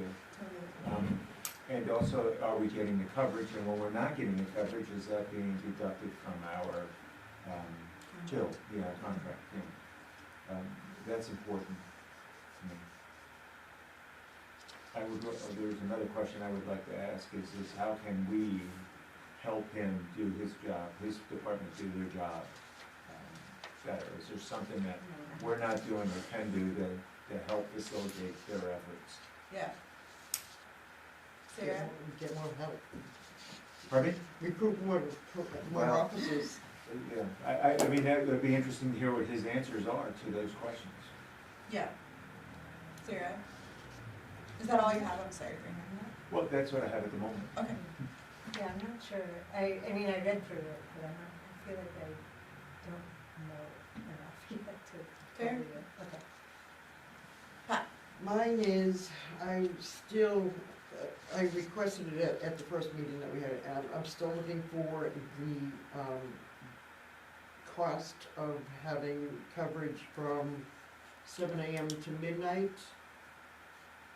To be different than the 24/7 Then coverage. to read yes, Mhm. as opposed to the 24-hour coverage, and the reason I'm asking for that is because when we get the first 4 months, when we first started getting the reports, we get a package of 4 months worth, and I counted 30 calls in 4 months after midnight. I went through last month's reports, and there were 6 calls after midnight. So we're already being charged from the county for coverage, and we're being charged on a contract for coverage. So if we don't have the 24-hour coverage in our contract, we're still gonna have coverage, and people don't seem to understand that part of it. And it's costing us a lot of money for very little action. Yeah. That's it. Michelle, do you want a second to sort yourself, or you got it Well, locked and loaded? I'd like to have a little bit more time, but I went back to the debates that we had back in April, when this came about. There's really 2 pieces to the contract. There's one, the agreement for the law enforcement services, and then there's the annual cost that needs to be reviewed. Those in particular, I'd like to take a little bit more time because the conversation we had at the budget committee when we first proposed what we had, we did push back a little bit on it, and the county came back with revised prices. So I was, and that was from reading exactly in the contract and holding them accountable, i.e. administrative costs. But as far as the actual agreement part, I agree with, I think everybody said it in a little bit different way, definitions. What is the definition of 24-hour coverage? How do they understand it? And what are the other options? And please define those. Yeah. If I go through the contract on page 1, Article 1, C, I have that highlighted.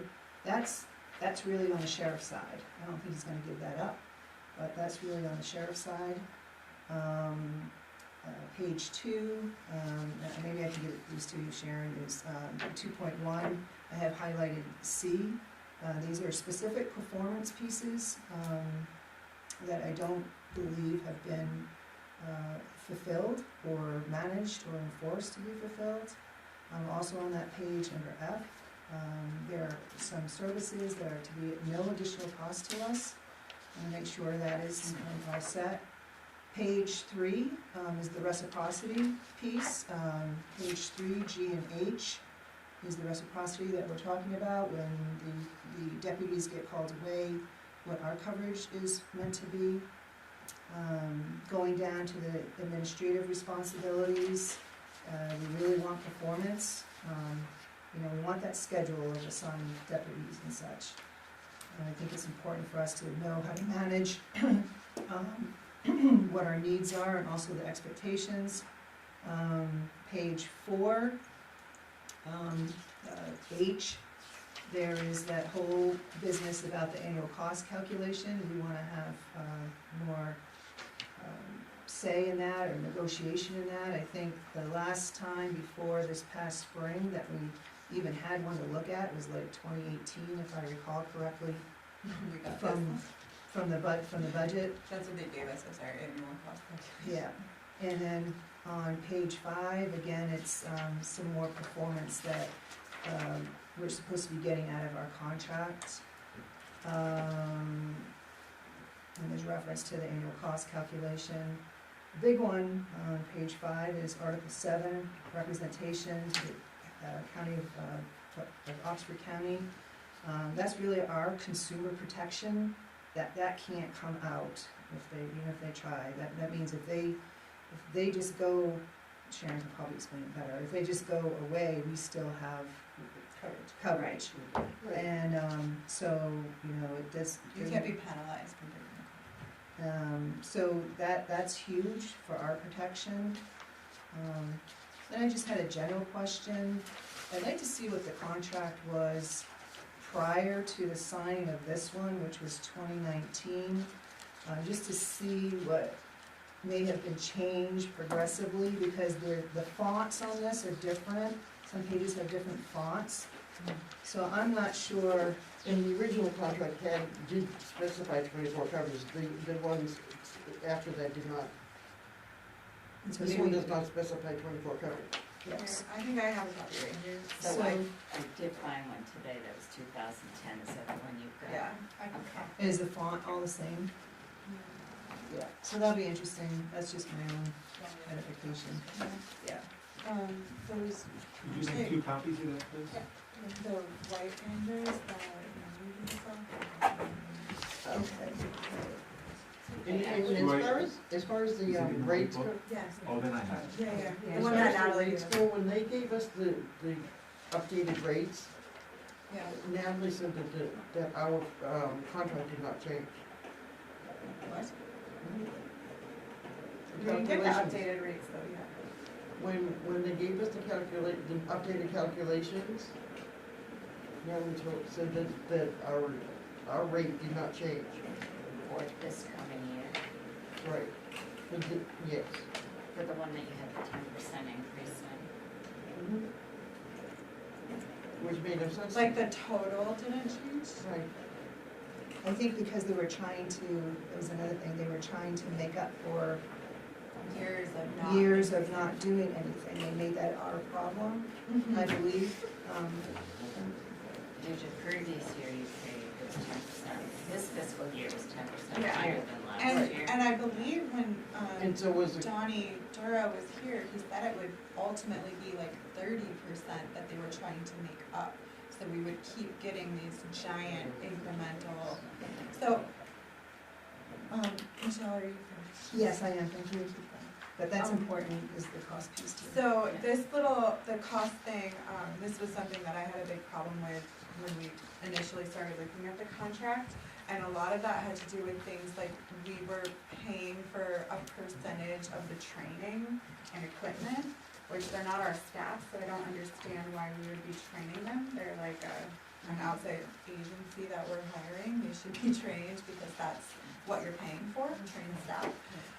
So I had an issue with that. I also, I think we fixed the math, but it was based on what their total number of, like in their ideal world, if they could hire out, it was based on that number instead of what they actually had for people. And I thought that was not quite fair, but I guess that I was thinking about it like maybe the way to compromise is to have, more of like a budget for the contract, and if they are at full staff and we are getting that 24/7, then like, here's that amount, but if they're not at full staff, we're not gonna pay for full staff, cause that's not money that they're spending. So I don't know if there's a way to negotiate like you pay for what you get kind of thing, and if they just don't have the capacity to have 2 people in our area, we shouldn't have to pay for 2 people to be in our area. And then another thing was just terms. There's no terms on this, which I thought I don't like. I would like there to be terms on the contract, because in that way, because we're constantly fluctuating here on the select board, I feel like if there's terms, then it will automatically come back up. It's not gonna be up to someone on the select board to remember, hey, like, we haven't talked about this in, what, 10 years or something like that? Like, it's just not, it just makes sense that we would revisit as we grow and as our needs change, that we revisit more often than just when something crazy happens, like we get a 10% increase. And then I agree with literally everything that Michelle said. That was pretty much on my list as well. I guess I would be interested, so I go through the police logs too, and I'm just interested in knowing what the resolution, like what's the resolution on these things that are brought up, because I've had experiences where, you know, I reported something and just no one ever got back to me about it, ever. So I don't know what their policies are and what kind of service to expect from the police, but like, you know, when someone break into your house, sometimes you just wanna know what happened with that. Yeah, just like our 2 break-ins. Yeah, it's just like, what happened? I've called twice, I have no response. Yeah, None of yeah. it's working, And so we can address that as well. I definitely think it's a common thread for a lot of people in town to have like, well, what's the resolution of all of these things? Cause yeah, if you go out for 40 calls, but 20 of them are the same call and there's no resolution ever, and it's just moving on. And as far as like, you know, making up the budget, you really have to prosecute people. And that's not really our fault that that's not happening. So I just don't want to see municipalities take the brunt of the justice system not following through on what these cops are doing. It has to be mighty frustrating to be a policeman right now. Yes. Mr. Bennett. Mr. Jim Bennett of Bethel. So, on the public side, Yeah. a couple of things. When we first swapped over to them, we wanted 24/7 coverage. Yeah, that was the. Our 24/7 coverage as a town, we figured that meant we got a deputy here 24/7. Which is different, that's patrolled 24/7 as opposed to 24/7 coverage, that just an officer's gonna come from wherever. Right. And so, that's where the sheriff played that game for many years. And then after, I think it was 2 years after we voted in, we turned around and we said, we want 24/7 coverage with an officer here. Yeah. And it worked for a little while, and then they played their game and went about their own thing again. The stuff that the town of Bethel, the residents of Bethel are teed off about, little things like they won't enforce any local ordinance. You can sit there and block a fire hydrant, you can park on a corner, you can run a stop sign in front of them and they don't do anything. And people see it and they're annoyed about that. They're annoyed when vehicles go park on Route 2, right in front of the do not park signs, and the cops don't do anything.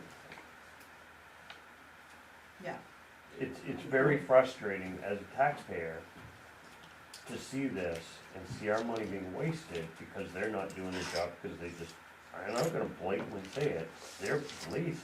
They don't wanna do anything. Alright. Well, Let's- But let's that, avoid okay, name calling. that's all, I'm gonna pause on it. But as far as, it's hard on the other side, they do have a job. And we had a call the other night where they were there, and then they took, the person, they gave them a ride down to South Paris because the person was, people were coming up to help, or to get the person that were coming up from Mass. So the officer drove them down to South Paris where they could sit there and wait, so we didn't have anybody for almost 2 hours by the time he did his loop and did his paperwork and then came back. We understand that, and it's hard, you can't move somebody and somebody ends up having to go down there. Yeah.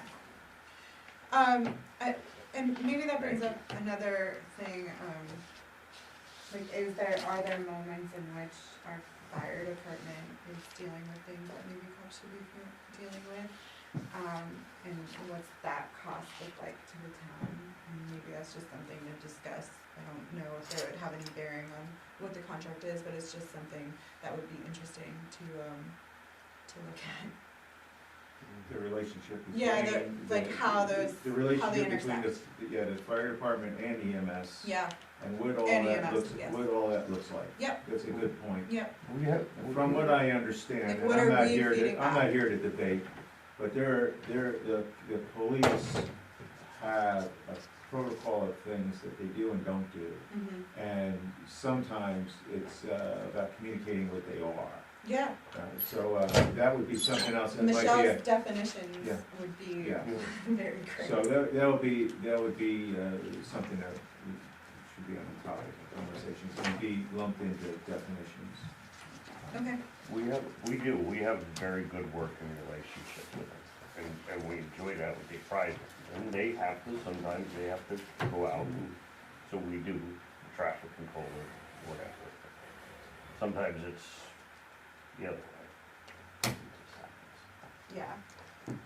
So I'll work on this information, putting together a list, and in the meantime, if there's anything you want to send me by email, just do that. Okay. Everybody else? Where did Michelle, like, have the numbers? I was gonna ask about Well, that, that was she from- just had. So From it's the budget. From last year's budget budget meeting. committee, yeah, last year's budget committee, so Donald Dura came in, and I would assume it might be in some email exchanges between him and Natalie, cause it was in our packet at one point, but it was the original, what they were calling it was the annual, what was that term? The annual cost, Something. The annual cost something, it's in the contract, whatever that document that they keep referring to. Yeah, That is what that was, but it wasn't, it's not comprehensive at all. It was very like, it was very much like our budget. And that there was a line and then it was like just a number, and we don't know the breakdown within that, no detail whatsoever. And then a lot of that included administrative things or equipment or training, but it would just say training, it wouldn't say like a specific type of training and why that would be a cost to Bethel as opposed to cost at the county level, you know what I mean? So it was just, we asked him to redo it and he came back with some other thing, but I don't think anything ever came of it. All right, I'll yeah, check the budget book I and see. can scan it to you. Yeah, why don't we Probably, scan it? Make, I don't know, yeah, I'll just scan it to you Okay, and you that can would be distribute it, whatever, yeah. Yeah, that would be awesome. Okay, anything else to add to this discussion from anybody? Feeling good? Alright, off to the races. Let's see, warrants. Oh, there was one thing, I thought you had brought up, something about having like a, backup if Frank couldn't make the meeting. Oh, didn't we choose you for that already? Oh, I thought we had. So, I would like to make a motion that we, elect Pat McCartney to be, a second in case Frank ever can't make one of those meetings, so that we have representation on the select board at all times. For these things. You made a motion. Yeah, I did. So, Okay, any discussion on the matter? I expect you to go to all of them, no Frank. No Christmases off, okay? All those in favor? Great. So that is done, thank you Pat for reminding me. Warrants. We are looking at accounts payable warrant 2024-21 in the amount of $386,517.98.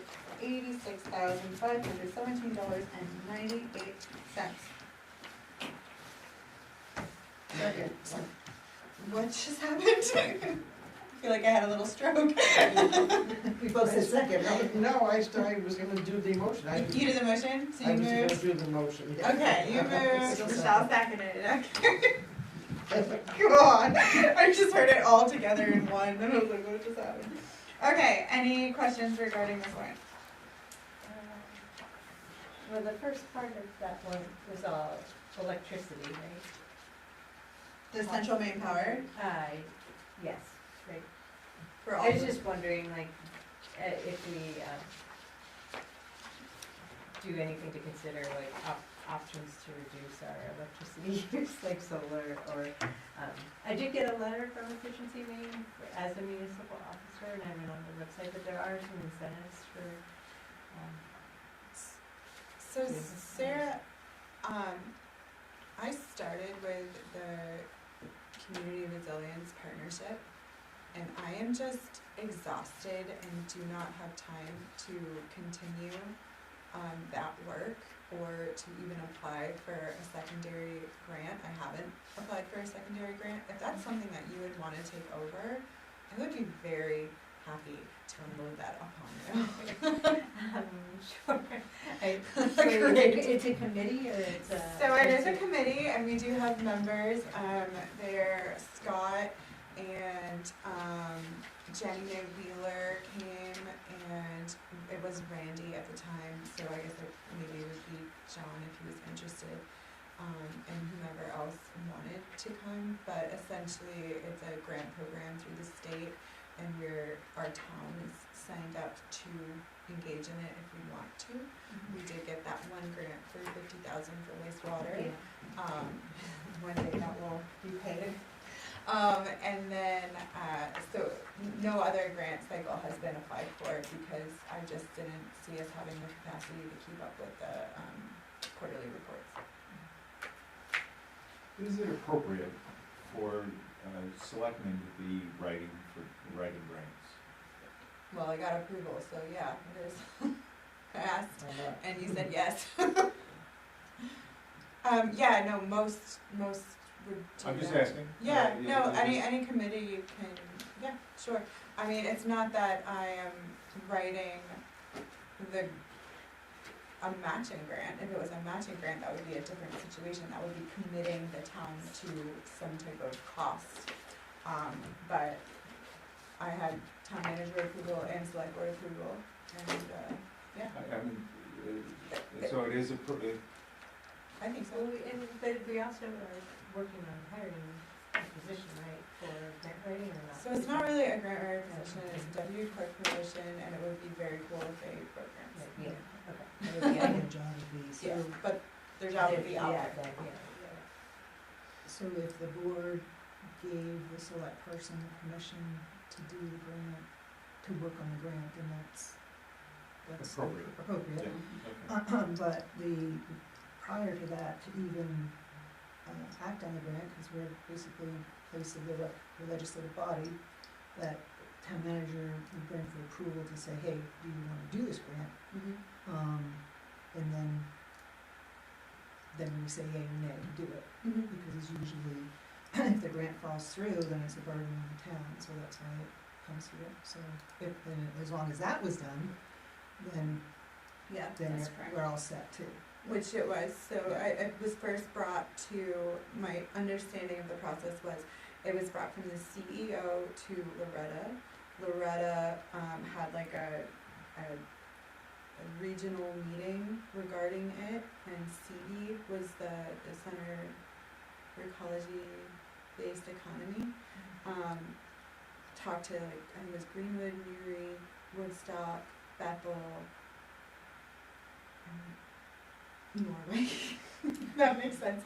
And Norway, and so they just like gave a general, like, this is the money that's out there available from the state. It's only available to municipalities. Does your town want to go for the money? And Loretta enrolled in that program, I'd assume, and I was not on the select board at the time that those enrollments happened, so Michelle, maybe you have a recollection. Just that I think there was, wrote some sort of letter of support or something. That's what it was, yeah, the letter of support. So, if you did this letter of support, you're automatically eligible for this grant money, and then they needed someone to carry it on to the next stage. And Randy had never written a grant before, and I have written a couple, so I said I would do it, and then I did it, and then we got it. That's where it is now. I've just never done the next cycle because it was like pulling teeth to get what needed to happen. So do we have to vote to assign it to her now?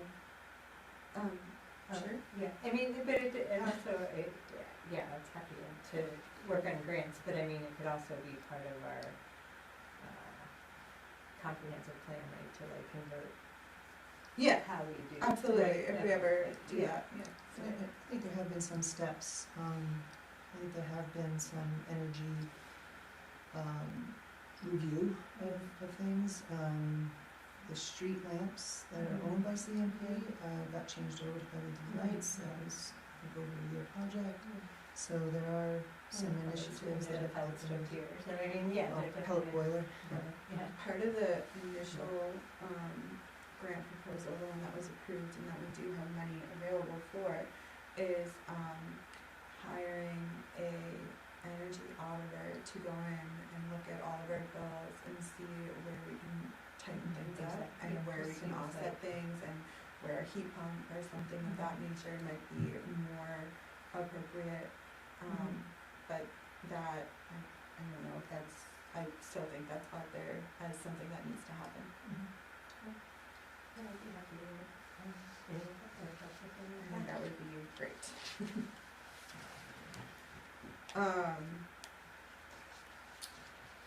Back to the warrant.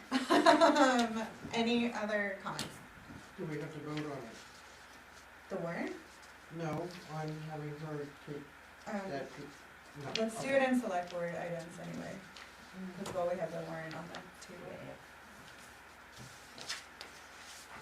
table. Okay, so all those in favor of approving warrant, our accounts payable warrant 2024, number 21, and the amount of $386,517.98. Oh yeah, there we go. All those in, okay, 12B, to see if the board will vote to approve accounts payable warrant 2024-22 and the amount of $112,687.61. So moved. Higher than normal? Second. No, did you seem higher than normal, the amounts? No, well, you have to look and see what's being paid, Yeah. so. Oh, it's just because it's like the end of the year, so we're just gonna. The school one. The school is the one that's over 300,000, which, 312. that accounts for that one. Payroll is this one. I would like to say, I like the way these warrants look, and it was very easy to go through them. So, And so thank you very much. yeah, I I definitely. like the new format, it works very, very well. All right, any comment on these? Is the payment to the library like a once a year thing? That's an annual payment to the library, that's the amount that was appropriated at town meeting. And they request when they want it, and we just received their request to pay it, so yes, that's what was approved at town meeting one time. Yes, that's right. Okay, all those in favor? Perfect. All right, now we're in select board items. Sarah, did you want to talk about taking over Community Resilience Partnership, and I can give you all the information. Sweet. I'll make a motion that Sarah Southam is our representative for the Community Resilience Partnership from here on out. Any discussion? Hearing none, all in favor? So is this something that meets regularly, or? It could 100% meet as regularly as you want it to. So I would be the one who would call that. Yes, you're in charge now. You do whatever you want. Thank you so much. You better give her some background. I will, yeah, oh yeah, I have that. Very much. I motion, Pat seconded, and everyone agreed. Make a motion to adjourn. Oh, I Select board item, Michelle? just really quick. And I thought Sharon would take this. So, happy to say that this was on November 13th from the broadband. A few minutes ago, the Maine Connectivity Authority approved grant funding for First Light to build out to build out fiber to unserved locations in the Mahoosic region and the rest of its service area in Oxford and Androscoggin counties. Wow. So it's super exciting. Maybe Sharon can send it around. But I mean, it started on that in 2020 with the boot camp that they had, and you know, you all have been privy to the ups and downs, and so this was really nice to see. And I didn't put that on my manager's report. I started to, and I said, no, I'm gonna let Michelle do that. Oh, well, thank you. But yes, that was an excellent thing, and Mia Purcell had called me last week. I knew that meeting was gonna take place the other day, and then I forgot about it until I got her email. But Bethel will be able to be included in that. You wrote out the Yes. Yeah, but we put the money somewhere else now, didn't we? You did, but one thing that Mia did tell me is even though you didn't do a contribution, Bethel's still entitled to some of that. They were still hoping that you would redirect back a portion to this, to go towards it, because Greenwood, Woodstock, and the county did. So if you wanted to consider taking a portion from wastewater treatment and putting back into this, you can, but you will still get, you're still going to be included in what Bethel will be entitled to for broadband for this grant. It's over $5 million grant. Well, Yeah, it was very good. That's one of the things I made sure I copied, just what is financial, if any, commitment that Bethel would have to do, and, or any other kind of commitment. Are we gonna have to say, we're gonna promote it, or we have to send out, literature to our taxpayers, or I don't know if there's any other I commitments. don't know the answer to that. Yeah. I will have conversation with Mia about that. well, I'm sure they'll have other meetings, the joint meetings like we had before too. But that's just exciting news for It is. us and the whole area, so kudos to everybody on that. Also real quick, the dome, did that get fixed, or is that, are they able to, the sand dome? I Wasn't don't that know on what that is. From the, I don't think that was gonna be done. Weren't they gonna try to get it done before winter? Yeah, no, yeah. It's already, No, that was it's spring. sand already, isn't Yeah, that's what I thought, because they said they We were had the gonna put salt, engineering report. they were gonna put Yeah. the sand or whatever this winter. Well, I just wanted to make sure they were all set, and it looks like they got a lot of the paving done, if not all of it. I don't know. I think, I believe what Scott told me is everything has been completed, but I can confirm that. Yeah, that's great work. that they're Yeah, doing. great job. But I don't know anything about this dome. Is this sand dome, so there's Sand no shed. storage? Winter's shed. Oh. It had a crack in it. Yeah. Oh, okay, all right, I'm sorry. I know what you're talking about now. I don't know if it's been done. Okay. I think it was getting put off because they had to get sand. Right. Yeah. It has to get in by like They had to order it by a middle of certain time. October. Well, we did, I do remember when we did the bids for sand, it was part of the bid to see if we could leave it at their sand pits until we Right. could sort out the Until room. it's fixed. Yeah. And then we tried to move things fast along, like, waive the bid to Yeah, fix it so and that stuff. it So I was can- just kind of Yeah, curious yeah, to see no, you're if, totally right. to see if it got through. And then I have one more thing, that hearing, Ethel Bisbee updates, over the last couple of weeks and the work that they've been doing, it made me stop and think about uses there. And we had a presentation this past, summer, along with broadband update, was the Mahoosic Housing Code audit. And the gentleman came to talk to us, Russell Preston from Principal Corporation, and I believe he also has a residence or second residence in Woodstock.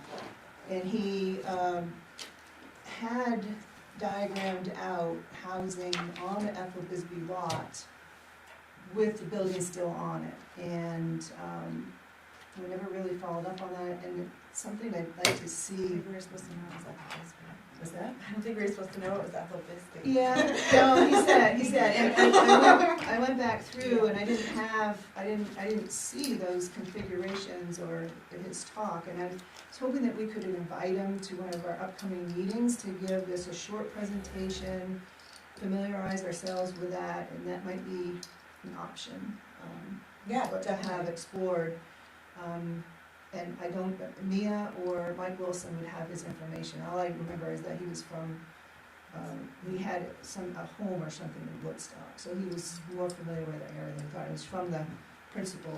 And maybe invite the Ethel Bisbee committee to that presentation. Yeah, I mean, So we can right, or, we can vet it and see if it's something that we wanna pursue. Housing. And wasn't the focus of what he was saying was, I mean, he had models, but he was talking about changing the code and building. That was part of the whole To make it, piece, make it more attractive. or fact, What were the? so that That there were wasn't in models that reference you to could the just like. Ethel Bisbee lot, though. No, No, it was, but it was, he wasn't really like, to encourage here's my developers. model, like, that I'm sort of selling this development. I think he was saying, Yeah, if you design something like this that had like, you would, there were these models that you could just accept.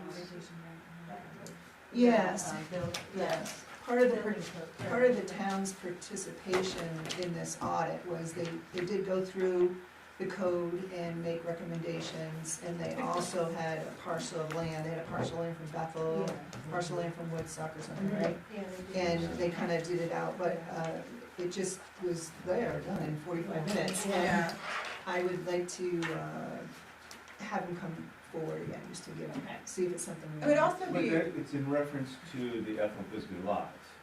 They used not- the Ethel Bisbee lot as an example, but and it had the building still on it too. I think the purpose of the presentation was to kind of illuminate some of the code that might be holding back developers from wanting to engage in projects here in Bethel.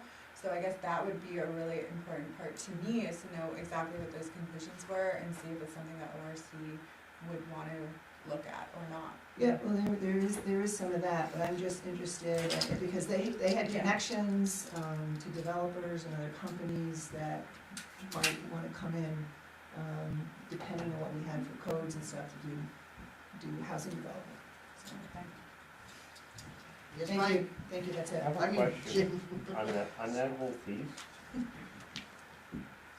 Is there, and you could probably answer this better, but is there a benefit for a town to own housing?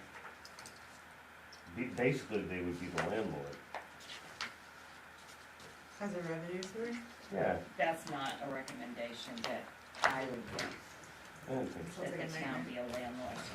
I can see problems. This and guy said the same thing. I can't fathom something I'd wanna do less than deal with tenants in a Yeah. select board meeting. No, I agree, 100%. I mean, it's gonna come up, It's not something that, you can do it, but Yeah. it's come up. not something I would ever. There is like you can set up housing to have some type of incentive for owners, like an owner incentive. CB is doing something, it's like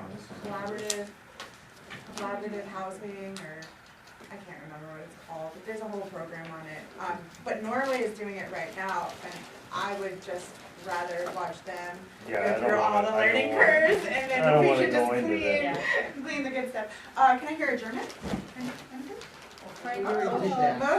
Motion, move. Okay, second, all those in favor? Yeah. Hooray! Did he, remember he also talked about a grant that we could be part of to, It was different. yeah. I just wanted to be refreshed on it. Codification. Yeah, we have to re-up again, now that the elections are over.